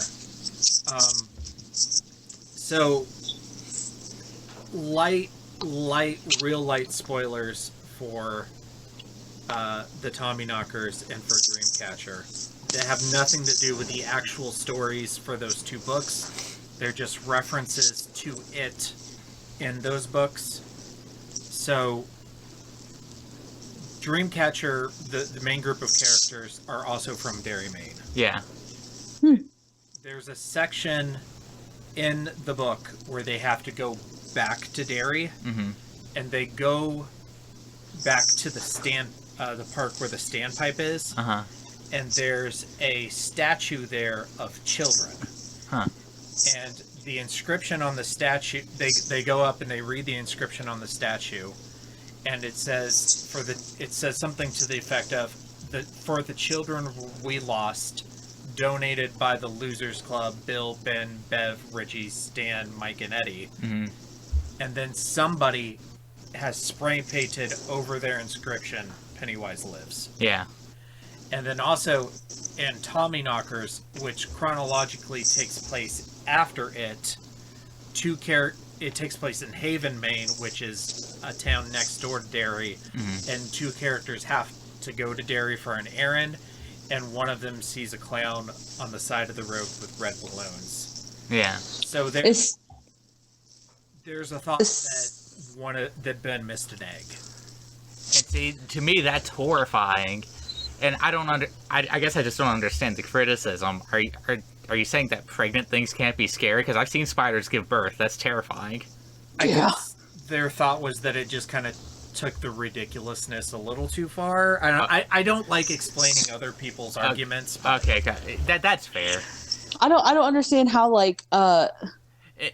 giant monster from the cosmos turning into a clown that can turn into other things is aight, but giant monster from the cosmos turning into a clown, but is also a lady who can have children. That's too much. Yeah. That's too far. It's a line too far. I won't criticize the criticisms I haven't heard directly, I guess. I like that. I thought that was actually sort of an effective, especially an effective use for Stan Uris. Yeah. It justifies his whole suicide because it's terrifying. Yeah, it further justifies, like, well, why was he the one that did it? Mm-hmm. You know. Why did he smash that Coke bottle? Why did he make his promise to come back? And then why was he the only one who didn't fulfill that promise? And I think that's what adds to it. He was scared. He's real scared.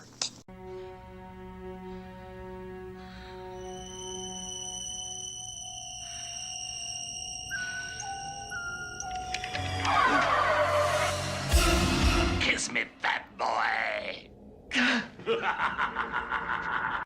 Let's go to Kiss Me, Fat Boy before we lose Carey. Oh, boy. I'm sure Daniel's like vibrating with excitement. Real quick, I have a smaller topic before we get to that. So, adultery in literature and pop culture, movies, books, is usually portrayed in one or two different ways. One, either the person who's committing the adultery is a victim of their spouse, and it's like a moment where they're like taking their like their sexuality into their own hands. Their husband abuses them, and now they're choosing a sexual partner on their own terms, and it's like this huge gratifying moment. Or the flip side of that is that the person who's cheating on their spouse is a dirtbag, and they're terrible, and we kind of get both here. Yeah, kind of get a little mix. Because obviously, there's nothing wrong with Beverly cheating on Tom. Yeah, fuck Tom. Yeah, but it's pretty shitty that Bill cheats on Audra and is never called out on it, and conveniently forgets about it at the end of the book and never has to tell his wife. Yeah, that is kind of like I did not like. My feelings on adultery are super complicated. Especially because I had assumed that a bunch of people knew I had fooled around with this married chick, and then I found out they didn't, and then their reaction wasn't anger towards me. It was, why didn't you tell me about it? Brandy out in the parking lot, and then I got a bunch of I don't even want to start to talk about that because Daniel got Carey in trouble. And because she knew. And then and like a good person and like a good friend, I didn't tell just information that would have made Daniel look bad everywhere. And then I get messages from Teresa mad that I didn't tell her, and I'm like, oh gee, I wonder where she found this out from. This is why I don't say things to Brandy. This is why I didn't tell her. I just assumed everybody knew at this point.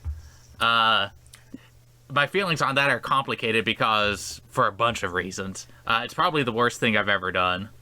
But am I alone in thinking that Bill's kind of shitty, and it's also kind of yeah, shitty no, that's that he absolute never gets garbage. called on it? And that's absolute garbage. That's part of the reason I bring up the story is people were mad that I didn't tell them, and instead of calling me out on being a bad person or making a bad choice. I called you out on being a bad person. I'll just have that known. Yeah, First of all. Second of all, I think it's absolute bullshit that entire thing happened. I don't think it was necessary. I don't think it was like an intrinsic part of the book that this couldn't happen without this. It was preordained for them to happen since they were children. So it doesn't matter if they're both married to other people. Who one is an abusive asshole and one is like a pile of brain cell mush on the floor currently. I think the best part of that story is where Bev is thinking about how much it sucks when guys pull out, and then because of like memories flooding back, Bill pulls out. Which is when she remembers and she says, all of you! I fucked y'all. No, she literally yells, all of you! It was all of you! So we'll talk about that now. And we'll let Carey start this, and I'll just say that we're gonna talk about the train on Bev in the sewer. Yeah. And let's let Carey start. And then you can say what you want to say. Carey, you get to reel me in.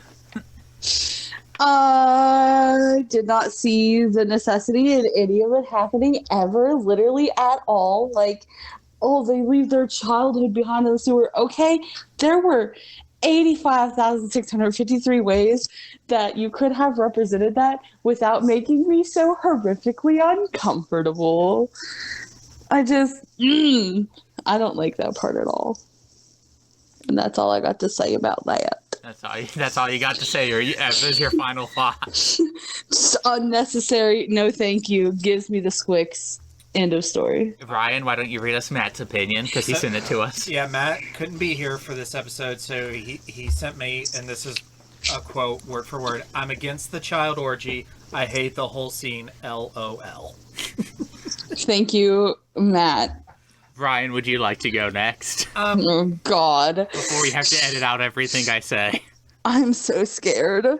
So, I understand on paper, so just taking all emotion out of it, and just on paper, I'm going to use the sex between these children to represent them moving on from childhood to adulthood. Mm-hmm. I understand that in an intellectual sense. Okay. However, the icky, yucky feelings that it brings up in me while I'm listening to it are so horrific that I don't think it's worth it in any way. And it gives you the squicks. It's nasty. Yeah, exactly. It gives you the squicks. But the emotion that this scene brings out in me isn't discussed. Well, it is, but the biggest... I was going to say, hold on a second, sir. The biggest emotion, in addition to my disgust, is confusion. Like, I just want to talk to him and what exactly was How much cocaine were you on? Yeah. Sex pervert. He is a pervert, but there's a difference between... Because I'm a pervert, too. Mm-hmm, so am I. But... There's a difference the between world knows, Daniel. My kind of pervert and his kind of pervert. Mm-hmm. Oh, big difference. It's like the difference between you and I times 10. Okay, Daniel, go ahead. Okay, I can hear him like barely restraining himself, like the vibrations coming through the phone line right now. Just. I'm going to preface this by saying that this is the only thing that people ever talk about once they've read the book. Which I hate. There is so much more that we could be talking about. We could be talking about the pregnant spider. We could be talking about cosmology. We could be talking about cut. That is a good point.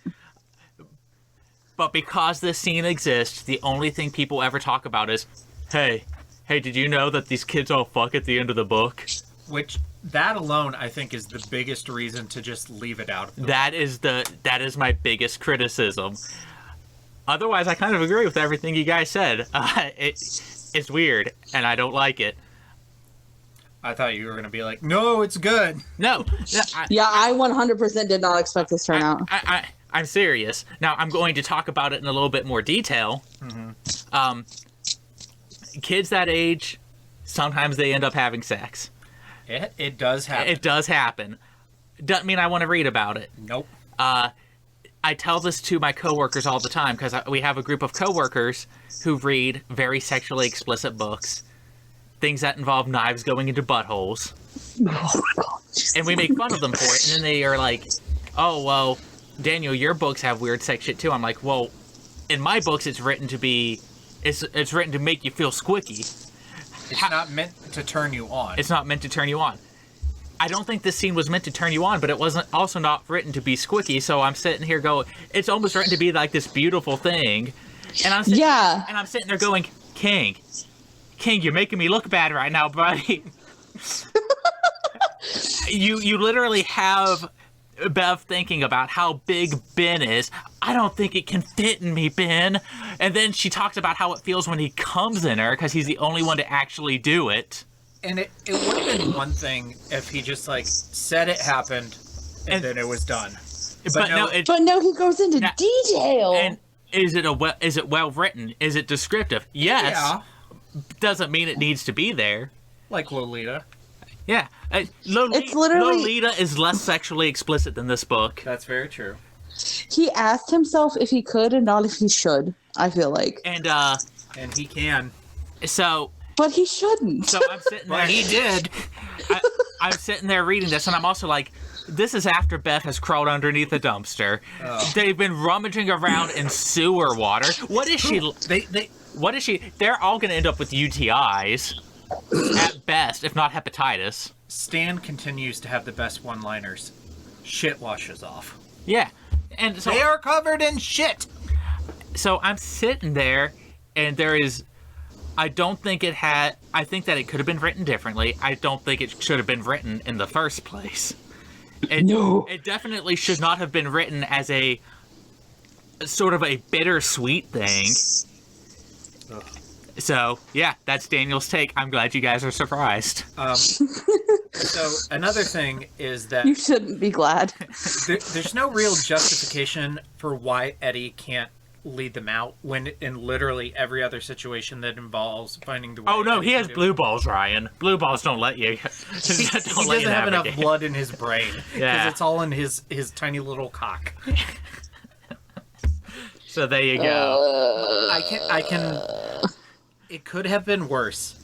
Can you imagine if this was Bev's only role in the Losers? If they, like, Yeah, no, I would have been. That's another bad thing, is this is almost everything that people remember Bev for. yeah, which is not fair because she's a great character. She does so much more. Like, people who have only seen the miniseries, they remembered the slingshot. Yeah. But people who read the book remember the train. Yeah. That's the biggest sin of this scene. So that's it. That's my take. Yeah, it's bad. We all hate it. Okay, great. Great. It like I said, it 125% could have happened without it.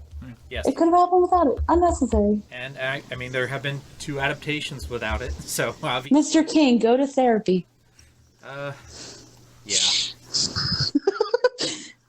Okay, so we talked a lot about. We were going to talk about the turtle and the power of Christ compels you, but we talked a lot about that. Yeah. So let's talk about a few King Easter eggs.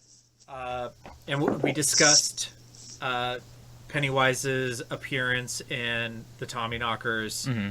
Another thing from the Tommyknockers is Rebecca Paulson is a character who lives in Haven, Maine, who is a side character in the Tommyknockers, and she is mentioned in the last part when he's talking about how the bank blew up and the money went flying all over the place, and he specifically says Rebecca Paulson from Haven, Maine found this money, and that is a character from the Tommyknockers. Can I ask an adjacent question? Yeah, Yes. of course.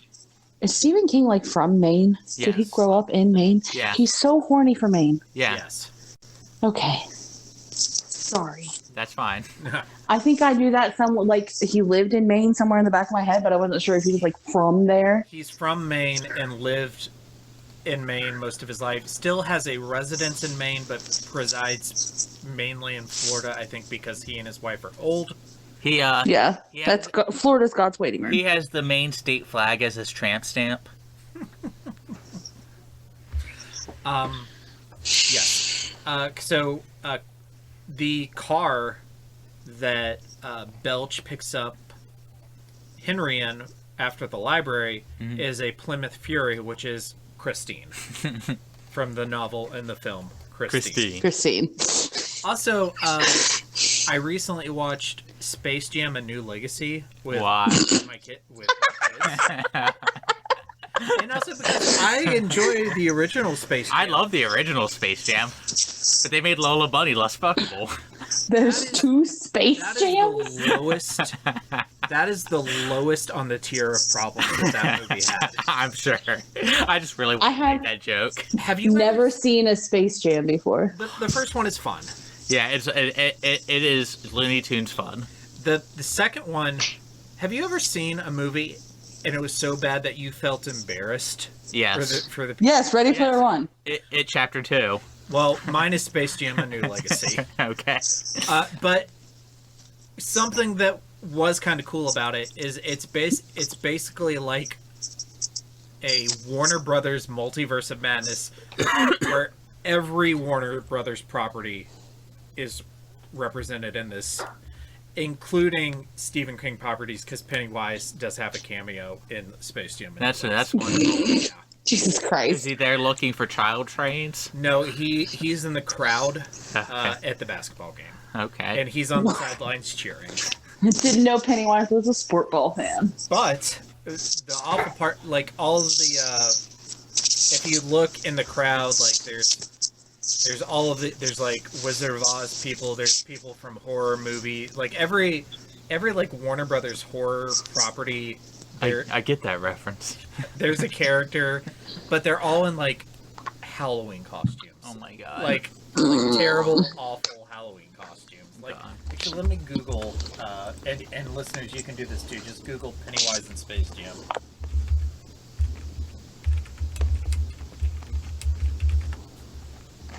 Jam does not have an E on it. Space Jam. Come and do the slam. Welcome to the jam. I've legitimately never seen a Space Jam. Okay, so this one. Oh my doesn't god, have they got Pennywise. the Clockwork Orange. Yeah, but here's the Clockwork Orange people. See if I can find the one that has Pennywise. Clockwork Orange? Here he is. Here's. Okay, so here's a monkey from Wizard of Oz. Wizard of Oz, and then Pennywise is behind him. Let me see. That's such a weird sentence. Okay, here's another one, and then here's Agent Smith. Here's the 25 references you may have missed in Space Jam: A New Legacy. Yeah, no. Oh, and they also had they had multiple like versions of Batman villains. Like in the crowd, I picked out Danny DeVito Penguin and Adam West Batman Penguin. Huh. And in this picture, you can see a Jack Nicholson Joker. Okay. They asked if they could, not if they should. We spent too much time talking about this. Okay. Oh, here's one more. Here's Pennywise. Okay.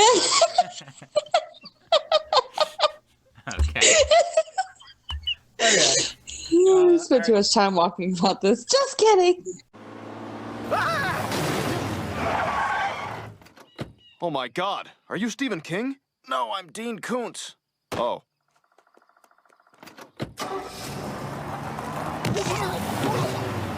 Kings and Koontz. So we're gonna do this twice. Once for part 5, and then once for the book overall.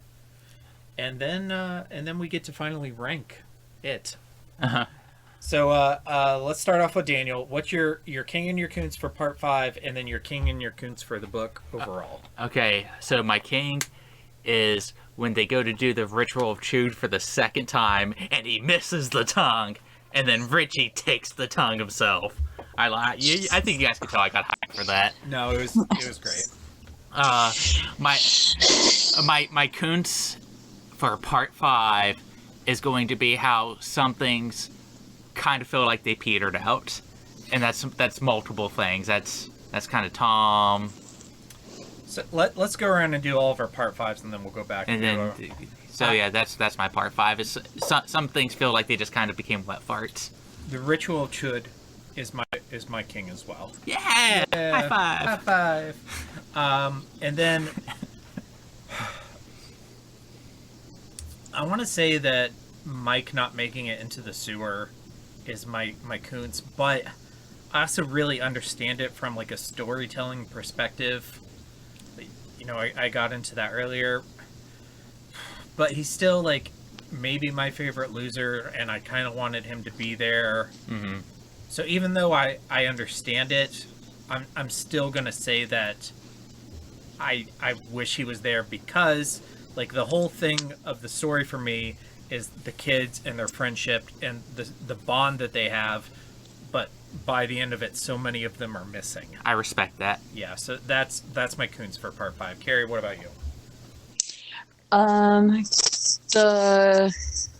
Well, I can tell you the bad part right now is the sewer. It's the sewer. I can't get over it. I can't do it. No, it's too late. It's too late, Ryan. It's the sewer. It's just. No, thank you. Carrie's not a fan of trains. She's sick. Not. God,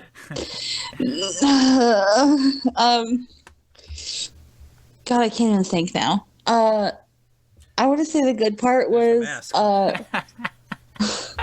I'm still looking at Space Jam picture. Sorry. Jesus Christ. What's your king, Carey? Probably the whole thing with Mike and Henry in the library. I thought that was really well done. Okay. Creepy, Yeah. spooky, 10 out of 10. So now for the whole book. The whole book. Okay, my king for the whole book is how this is the best Lovecraftian horror story not written by H.P. Lovecraft. I'm probably going to get hate for saying that, but I really dig the cosmological stuff that still hasn't been properly adapted or even really thought about. The closest we get is references to the Deadlights. And my Koontz for the entire book is how, after you read it, the only thing you'll ever remember or ever talk about is the child train. Because there's so much more to this book than that deserves to be talked about, and it's overshadowed by that one brief part. Not brief enough. Yeah, not brief It's enough. definitely not brief enough. So my king, I have 7 kings, and their names are Bill, Ben, Bev, Richie, Mike, Eddie, and Stan. That deserved an applause. You got that. And then for my Koontz, I have the same issue with this book that J.R.R. Tolkien had with The Lord of the Rings. It's too short. I agree. It's too, should have been a seven book series. 7 books. 7 books for 7 Or- losers. So Cujo is getting a sequel. Yeah, I sent you the article to that. Seriously? Yes. Why? Like written by Stephen King? Yeah. It's gonna be like a short story or like a novella. It's gonna be short. It's not a full novel, but still, Cujo's getting a sequel. The Shining got a sequel. I'm not saying that He has to. He has to, but he's not gonna be alive for 20 more years. What do Wow. you think the over-under is that he has parts of one written but doesn't talk about it? For sure. I think for sure. Okay. He has parts of one. With as well as it's done. The only thing is Stephen King's in a position where he doesn't have to write anymore. No. He does it because that's what he likes to do. Yeah. So And also, like, a sequel could end up being terrible. that's also Yeah. possible. But I think that would still be fine because it doesn't change how I feel about the original book. Oh. Yeah. All right, Carey, overall, your king and your Koontz for the entire novel. I'm going to go with the 2 scenes that stuck with me the most, which is the good scene, which is technically not quote unquote good, but the refrigerator. I mean, that's still like to this day, the scariest thing I have ever read. It bothered me so much that I had to put the book down. And usually the only time I have to put a book down is when I cannot see through my tears anymore. So this was a different reason for that. And it was 100% like, it creeped me out in a good way. I'll put it that way. And yeah, sewer. No, thank you. Bad sewer. Sewer, bad. It's very bad. All right, so we finally get to rank this book.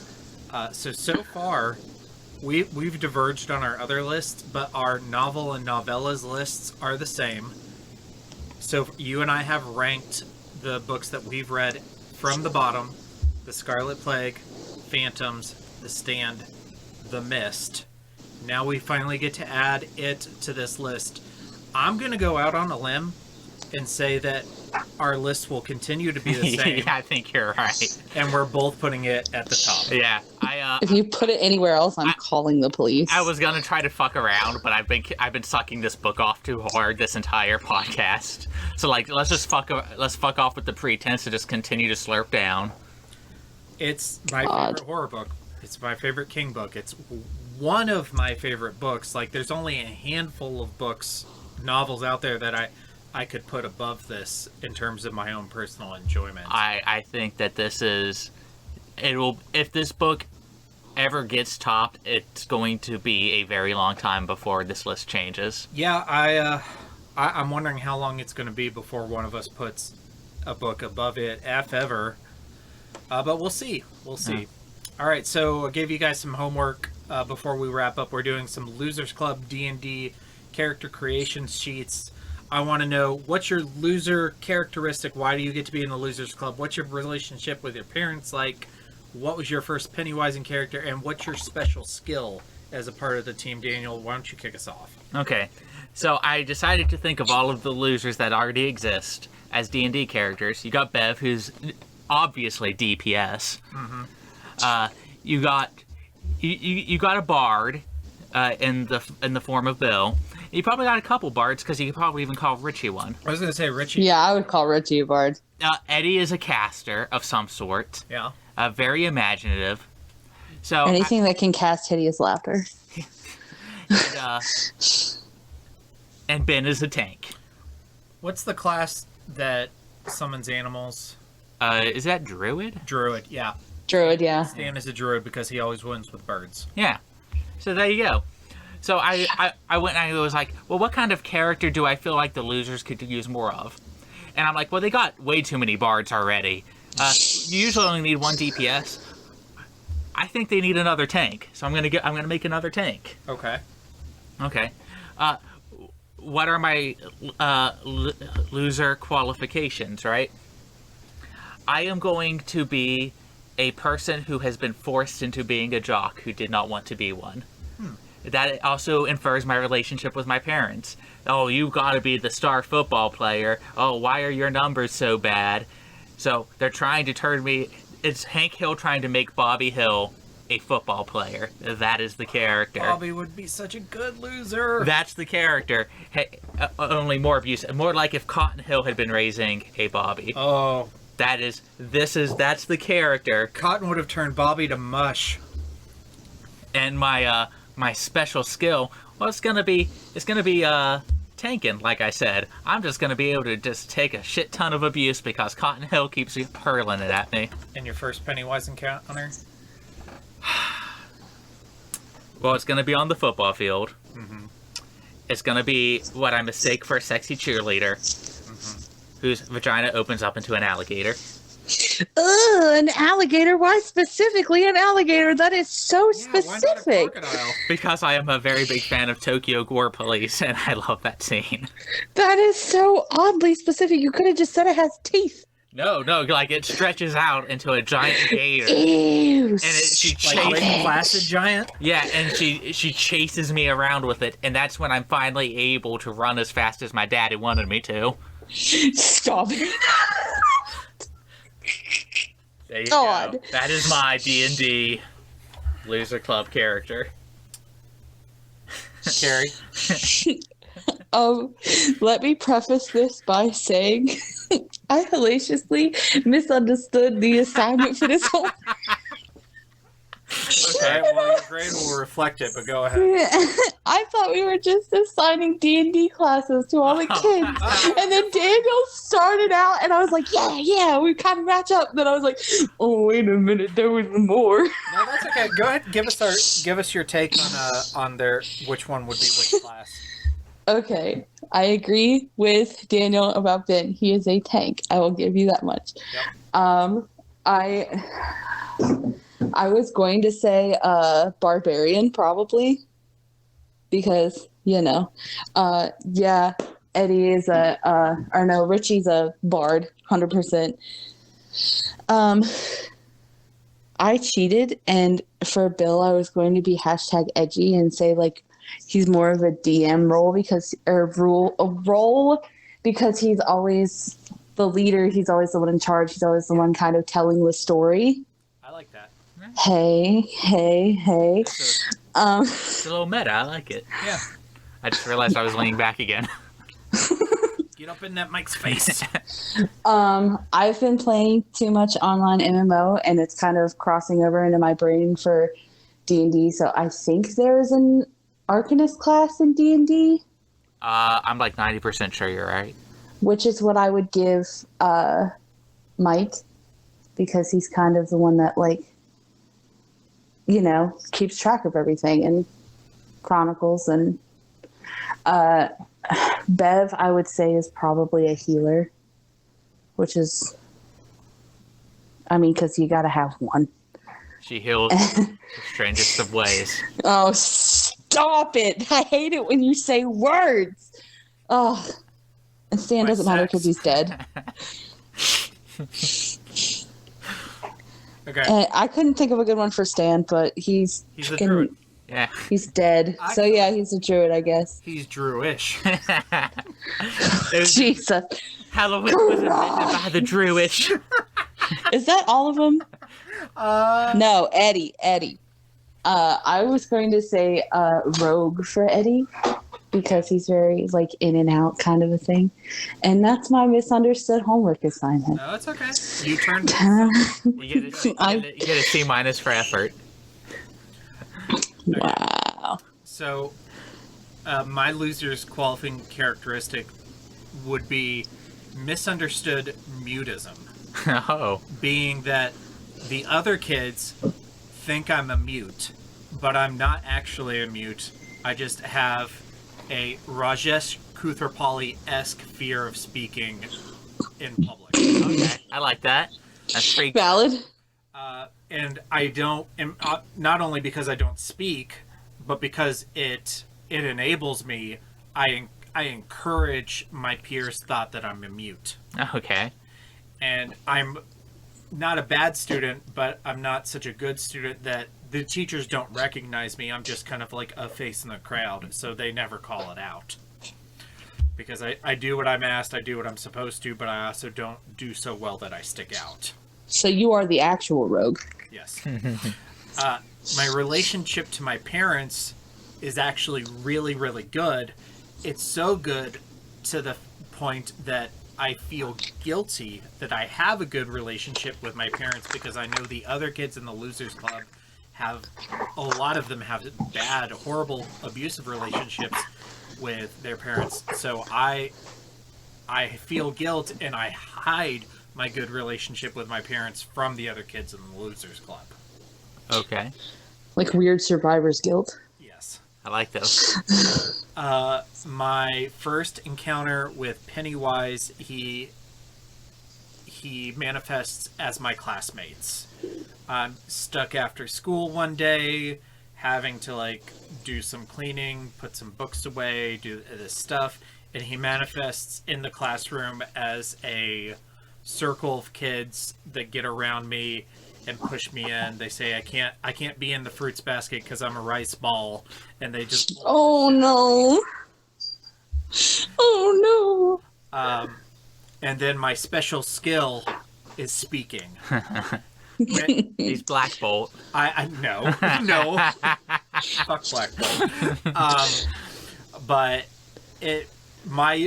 the end of my character arc, my final confrontation in Pennywise is in the sewer when I finally speak and I tell him no, and that's how I defeat Pennywise, by overcoming my fear of talking in front of other people, and I get to tell Pennywise to fuck off. Okay. And we all learn the power of consent. Yes. And Bev offers me sex and I say no. Kind leader, thank you, man. That's why you were left in the sewer and they forgot you. Yeah, and I died in the sewer. Those bones they thought were Patrick Rockstetter were actually me. All right, so let's jump into some further reading. So if you like it, here are some books and movies you might also like. I've got a list here, and then you guys can just jump in with other things.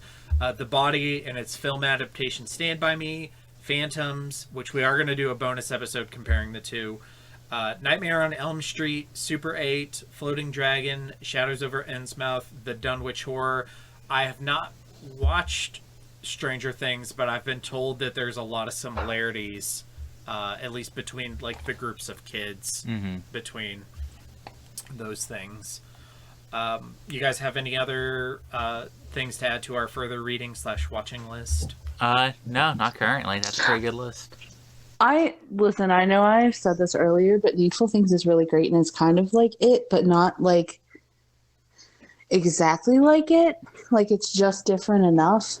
Okay. But there's still the going back and forth between reality and what is this, the big bad evil guy. Is he human? Is he not? Is he something else? And it's just the big bad evil guy in Needful Things like does not lift a finger to do harm. He just coerces other people into doing it, and it's cool, and I like it, and nobody talks about it enough. We will We've got it on our list. If we don't, we will cover it at some point for sure. I'll cry if you don't. We will. Okay, and then also, I just remembered one that I forgot to add to the list. And hear me out on this: The Sandlot. It's totally it. Like What? this group of backwards. Yeah, I don't know what this is, so. Okay. You don't know what the Sandlot is? Mm-mm. The Sandlot God. is a 90s movie about a group of kids in the 50s on their summer vacation. All they want to do is hang out on this like old abandoned baseball field and play baseball. Okay. What it eventually turns into is them confronting this local like mythological monster, which is this dog in the junkyard next to their baseball field. That has just is like an urban legend, like, oh, it's like 10 feet long and it's killed all these people, and they lose a baseball signed by Babe Ruth in that junkyard and they have to get it back, so it becomes them like forming like this alliance to get this baseball back from this urban legend killer dog. And You know, yeah, kind of. okay. Yeah. I know it's a little bit. If you've seen it, you're probably like, I don't know, Ryan, but Your guys' reaction No, to you're me right. not knowing The Sandlot is like everyone's reaction to me saying I haven't seen Holes. I mean, I've only seen it once and I barely remember any of it. Yeah. Oh my god. I See, this is the remember. reaction I usually get. I remember Shia LaBeouf and a short kid of color, and they wear orange jumpsuits and they dig holes. Holes is stellar. You know how we were talking about movie adaptations sucking for books? The literal only difference between the book and the movie for Holes is that the main kid, Stanley, is fat at the beginning of the movie, but he gets sent to this like freaking labor camp where he has to like work in the sun all day. So by the end of the book, he's skinny, and they didn't want to do that to a child actor. So he's skinny the whole time. Literally the rest of the movie is like word for word from the book. It's great. It's about the only thing they won't do to a child actor. Yeah. We should do bonus episodes on the Sandlot and holes. Okay, I'm fine. I can scream about about Holes for a long time. No, Very like Holes. we won't let I you on do. that episode. We're gonna review it and then make you listen to it. It's Pride Month. You're not allowed to bully me legally. I'm not sure that's true. I'm pretty sure I get a pass. No, legally, you're not allowed to bully me. Yeah, you're. You can't let a dick be a deal breaker. You Yeah. gotta be proud of that. I'm super proud of that. Yeah. I'm literally in love with a transgender YouTuber. All right. Yeah. Okay, so upcoming on the Horror of Babylon, this episode is dropping the last Sunday in June. So for the month of July, first Sunday, we're going to be dropping our episode on the It 1990 miniseries. Second Sunday, July 10th, we're going to be covering Rumiko Takahashi's manga Mermaid Saga. So good. Carey, you should read that. There are 3 anime adaptations of that manga, which we will cover some point down the road when we have time. Yeah. Right now, we're just going to cover the We can manga. turn them into bonus episodes. Yeah, they'll probably be We could bonus even watch them on our own and do that as like a pre-show at some point. Yeah. July 17th, it's going to be our episode on It Chapter 1 from 2017. Our next book episode will be on July 24th, which we are going to cover Carmilla by J. Sheridan Le Fanu. Great book. And then our final episode of It coverage will be the last day of July, July 31st, the Sunday, It Chapter 2. We will also have a bonus episode comparing It and Phantoms dropping at some point. But our next full novel, our next big project where we have a lot of adaptations to cover and a lot of subsequent things to discuss, will be hitting the first Sunday in August, August 7th. It will be Stephen King's Salem's Lot. Cannot wait. Got it downloaded. Yeah, my second favorite King book. It's so great. We were actually going to do a different book. We were going to break up the Stephen King a little bit, but the Salem's Lot movie comes out in September. So we kind of... It's almost like a responsibility. Yeah, which we had already done. We already jammed Firestarter into our schedule. We jammed Firestarter in there. So post Salem's Lot, our next novel will not be a Stephen King book. Yeah. Probably our next 2. Yeah. What that'll be, we actually don't even know yet. We'll figure it out. That's going to take us into season 2 of The Horror of Babylon. Yeah. But thank you, Daniel and Carey, both for being on all these episodes. And Daniel, thank you for rereading the entire book with me. It was fantastic. I enjoyed it. Worth it. Carey, thank you for discussing this book, having not read it recently, which is probably more challenging than rereading the book and then talking about it. Like I said, it's as soon as sometimes you guys said something and I was like, oh no, who is that? But I got through it pretty good. And I'd like to just extend a special I miss you to Matt. Yes. If he ever listens to this, know that I'm thinking of you. Yeah, I meant to also ask him what his king... And his Koontz. Just see if he's online. Yeah, we can ask him now. Real quick. Be like, hey, buddy. Have I met Matt? Is Matt the one that I met? He was at the bar with us that night. You rescued us. Yeah, he stumbled into a situation he wasn't ready for. Yeah. We'll add that as an addendum on another episode. Yeah. Okay. Well, thank you everybody for listening. Stay tuned for our socials and our Patreon information. And stay scary. Stay scary, everybody. Bye.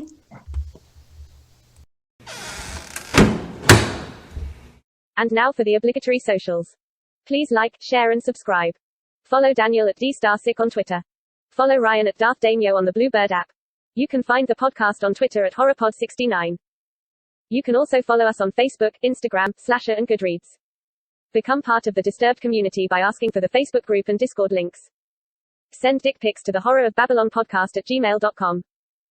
Support the show at patreon.com/the Horror of Babylon. And finally, you can let your friends know that The Horror of Babylon is available on YouTube, Apple Podcasts, Spotify, Audible, Stitcher, Google Podcasts, Amazon Music, Podcast Addict, TuneIn and the iHeartRadio app. Stay scary.